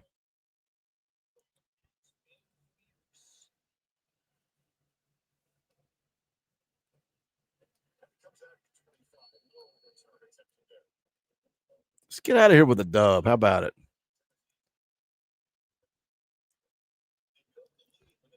I can't believe we still have 100 people watching. 3.5 hours into the stream.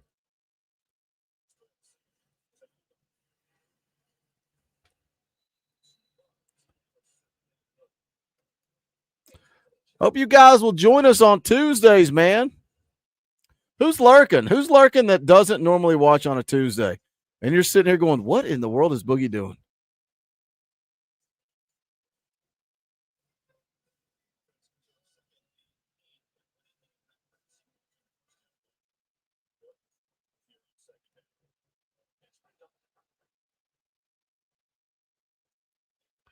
I love hurdling just for the sake of hurdling.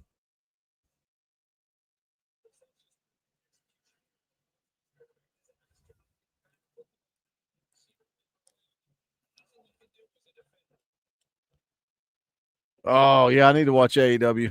See, I never get to watch it on Wednesday nights because I always stream Wednesday nights at 7. And we usually go about an hour, hour and a half, typically an hour and a half. By the time I get done, settle down, I go put something on YouTube and go to sleep. I keep forgetting that the dang pay-per-view Sunday, Phil. I keep forgetting. Which I never get to watch those either because we stream Sunday nights too. So I usually spend any free time I get Monday, Tuesday, Wednesday trying to catch up on the pay-per-view. It always gets spoiled. Always, every pay-per-view gets spoiled because by the time I watch it, everything's out. Yeah, I cannot stand a 3-hour show. I hated when Raw was 3 hours, which I don't watch WWE anymore anyway. I just don't have the time to watch it.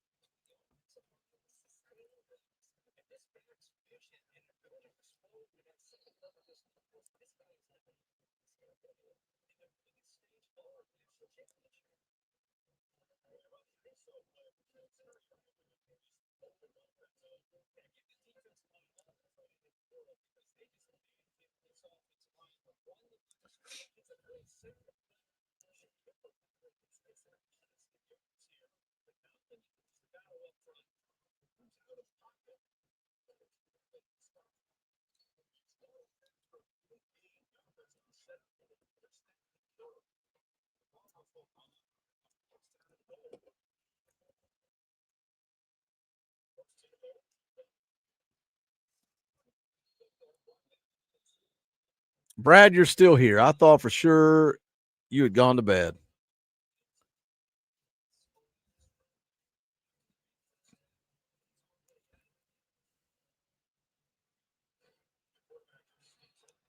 I bet Dirk Diggler's going to win the Heisman next year. I bet he's going to win the Heisman next year.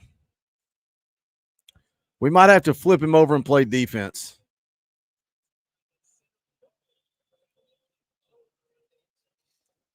Dude, I'm to the point now that I don't even watch Collision. What is it on? HBO Plus or HBO Max or something? It's what?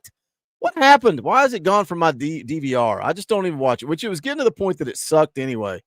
It was so good when Punk was on there. When it was Punk and FTR, it was better than Dynamite a lot of times. Now it always sucks. I don't think he remembers me. He remembers the channel name, but he's got it confused, man. I defended that kid forever. I tell the story all the time. His aunt messaged me on Facebook and thanked me for being nice and treating JG like a person and not crucifying him like everybody else in the Knoxville media did. But then somehow JG wants to come and say that we said crazy things about him. The only thing I said that he might not have liked is I made a video with a big fat fake news across it because there was a rumor that JG was going to enter the NFL draft. And I said, there's no way that kid's entering the draft. He's going to enter and he's going to transfer. And what did he do? He transferred. So are you mad at me or am I crazy because I was right? Come on, give me a break. Come on, man. It's on TNT. Why is it not recorded? It's not recording on my YouTube TV for some reason.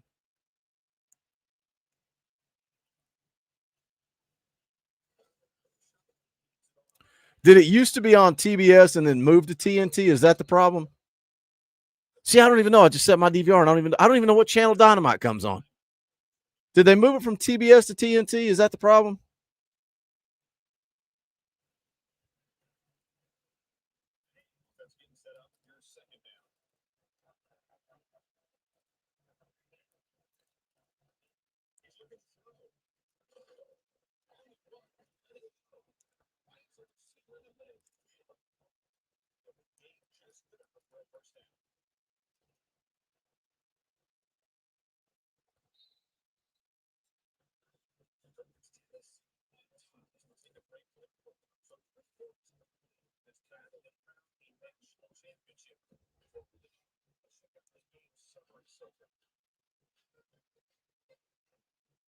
Exactly, Aaron. Exactly.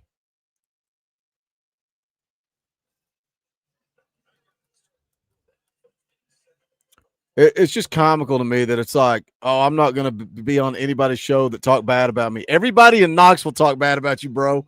Every media outlet, every fan channel, everybody did. Everybody.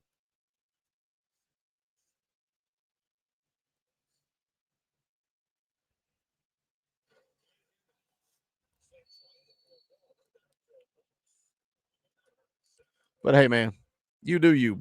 You do you.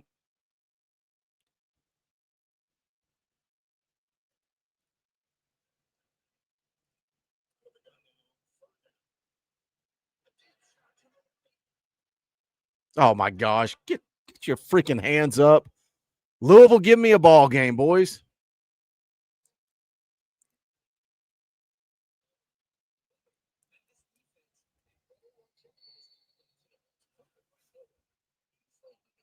Dude, that guy knows way more about football than I know. There's no doubt about it. No doubt about it.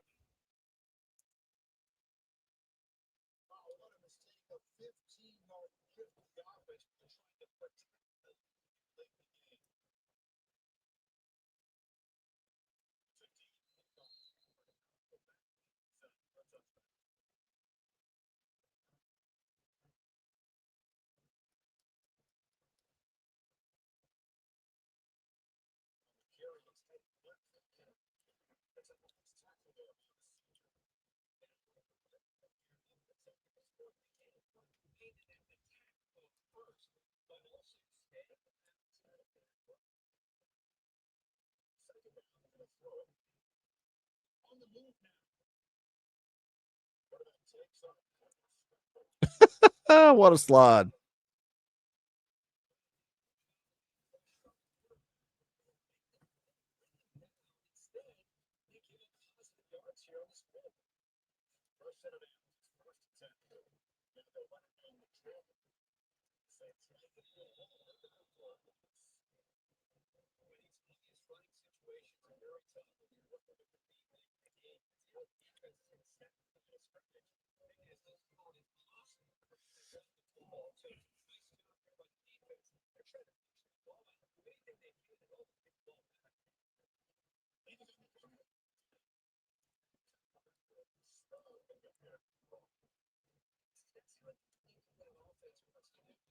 Got $1.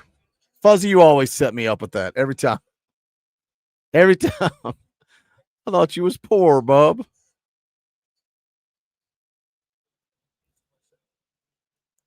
I don't know why my DVR is not recording Collision then. That makes no sense. It just started like a couple of months ago. It just stopped showing up.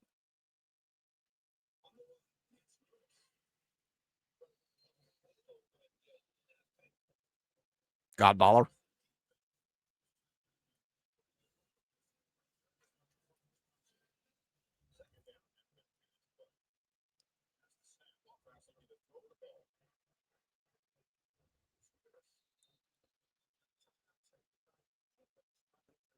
Yeah, I've really not cared too much because it was getting to the point that I'm like, it's like a chore to sit through it.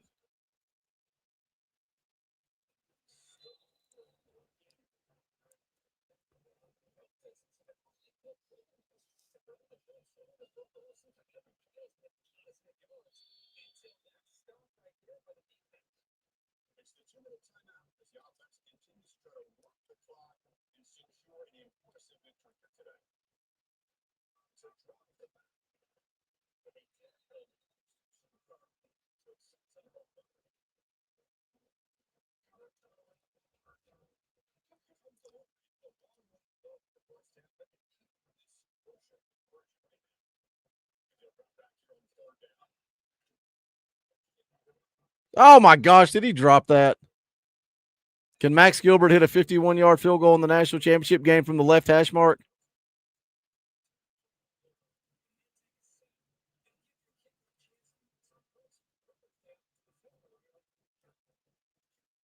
Right down. Man, that stings. That stings. That stings a lot. Oh, right down the pipe.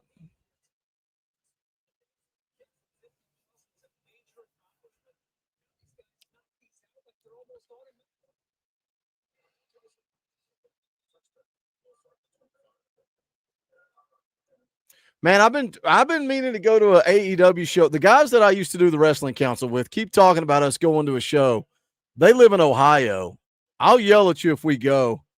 We need it because we talk about all going somewhere in the middle and just meeting up in whatever city it is. I'll let you know if we go, man. It's two of them. It'd be two of us. But between Tennessee and Kentucky and Ohio, we could find somewhere all close together.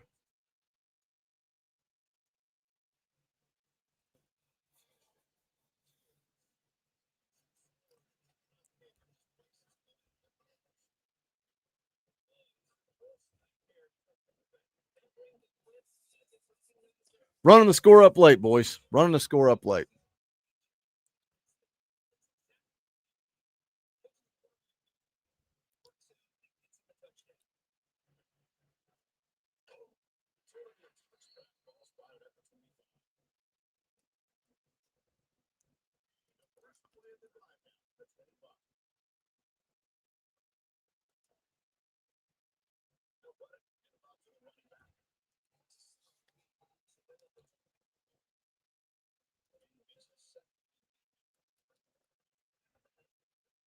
Oh, I think if JG played in Heupel's offense, his career would have been different.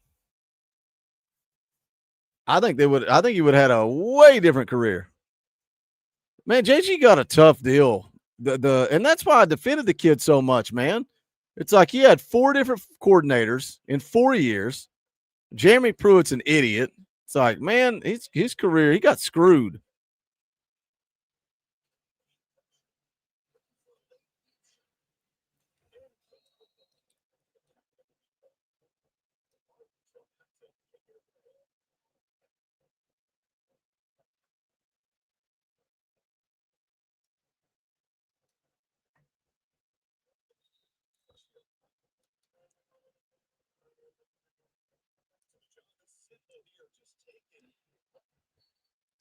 All right, boys, that is a dub. That is a national championship. I appreciate you guys hanging out with me on this random crazy Wednesday night turned into a Tuesday night. This worked out great because now next Tuesday we can start the next season. I'll go through the offseason. I'll get everything set up. We'll be geared up, ready to go for week 1 in the next season. This was fun. I hope you guys enjoyed the regular Wednesday night show, and then I hope you guys enjoyed a little bit of overtime. We'll be back. I'll be making a video in the morning. I don't know what on. More than likely, I'll be making a video in the morning. And then Friday morning, me, Coach Jay, and Foul Ming will get you guys geared up for Kickoff Talking Balls morning show at 10 a.m., an hour before kickoff on Saturday. And then obviously post-game show as always. Appreciate you guys. Love you guys. You already know. It's Talking Balls Network. My name's Boogie Bentley. Go Big Orange.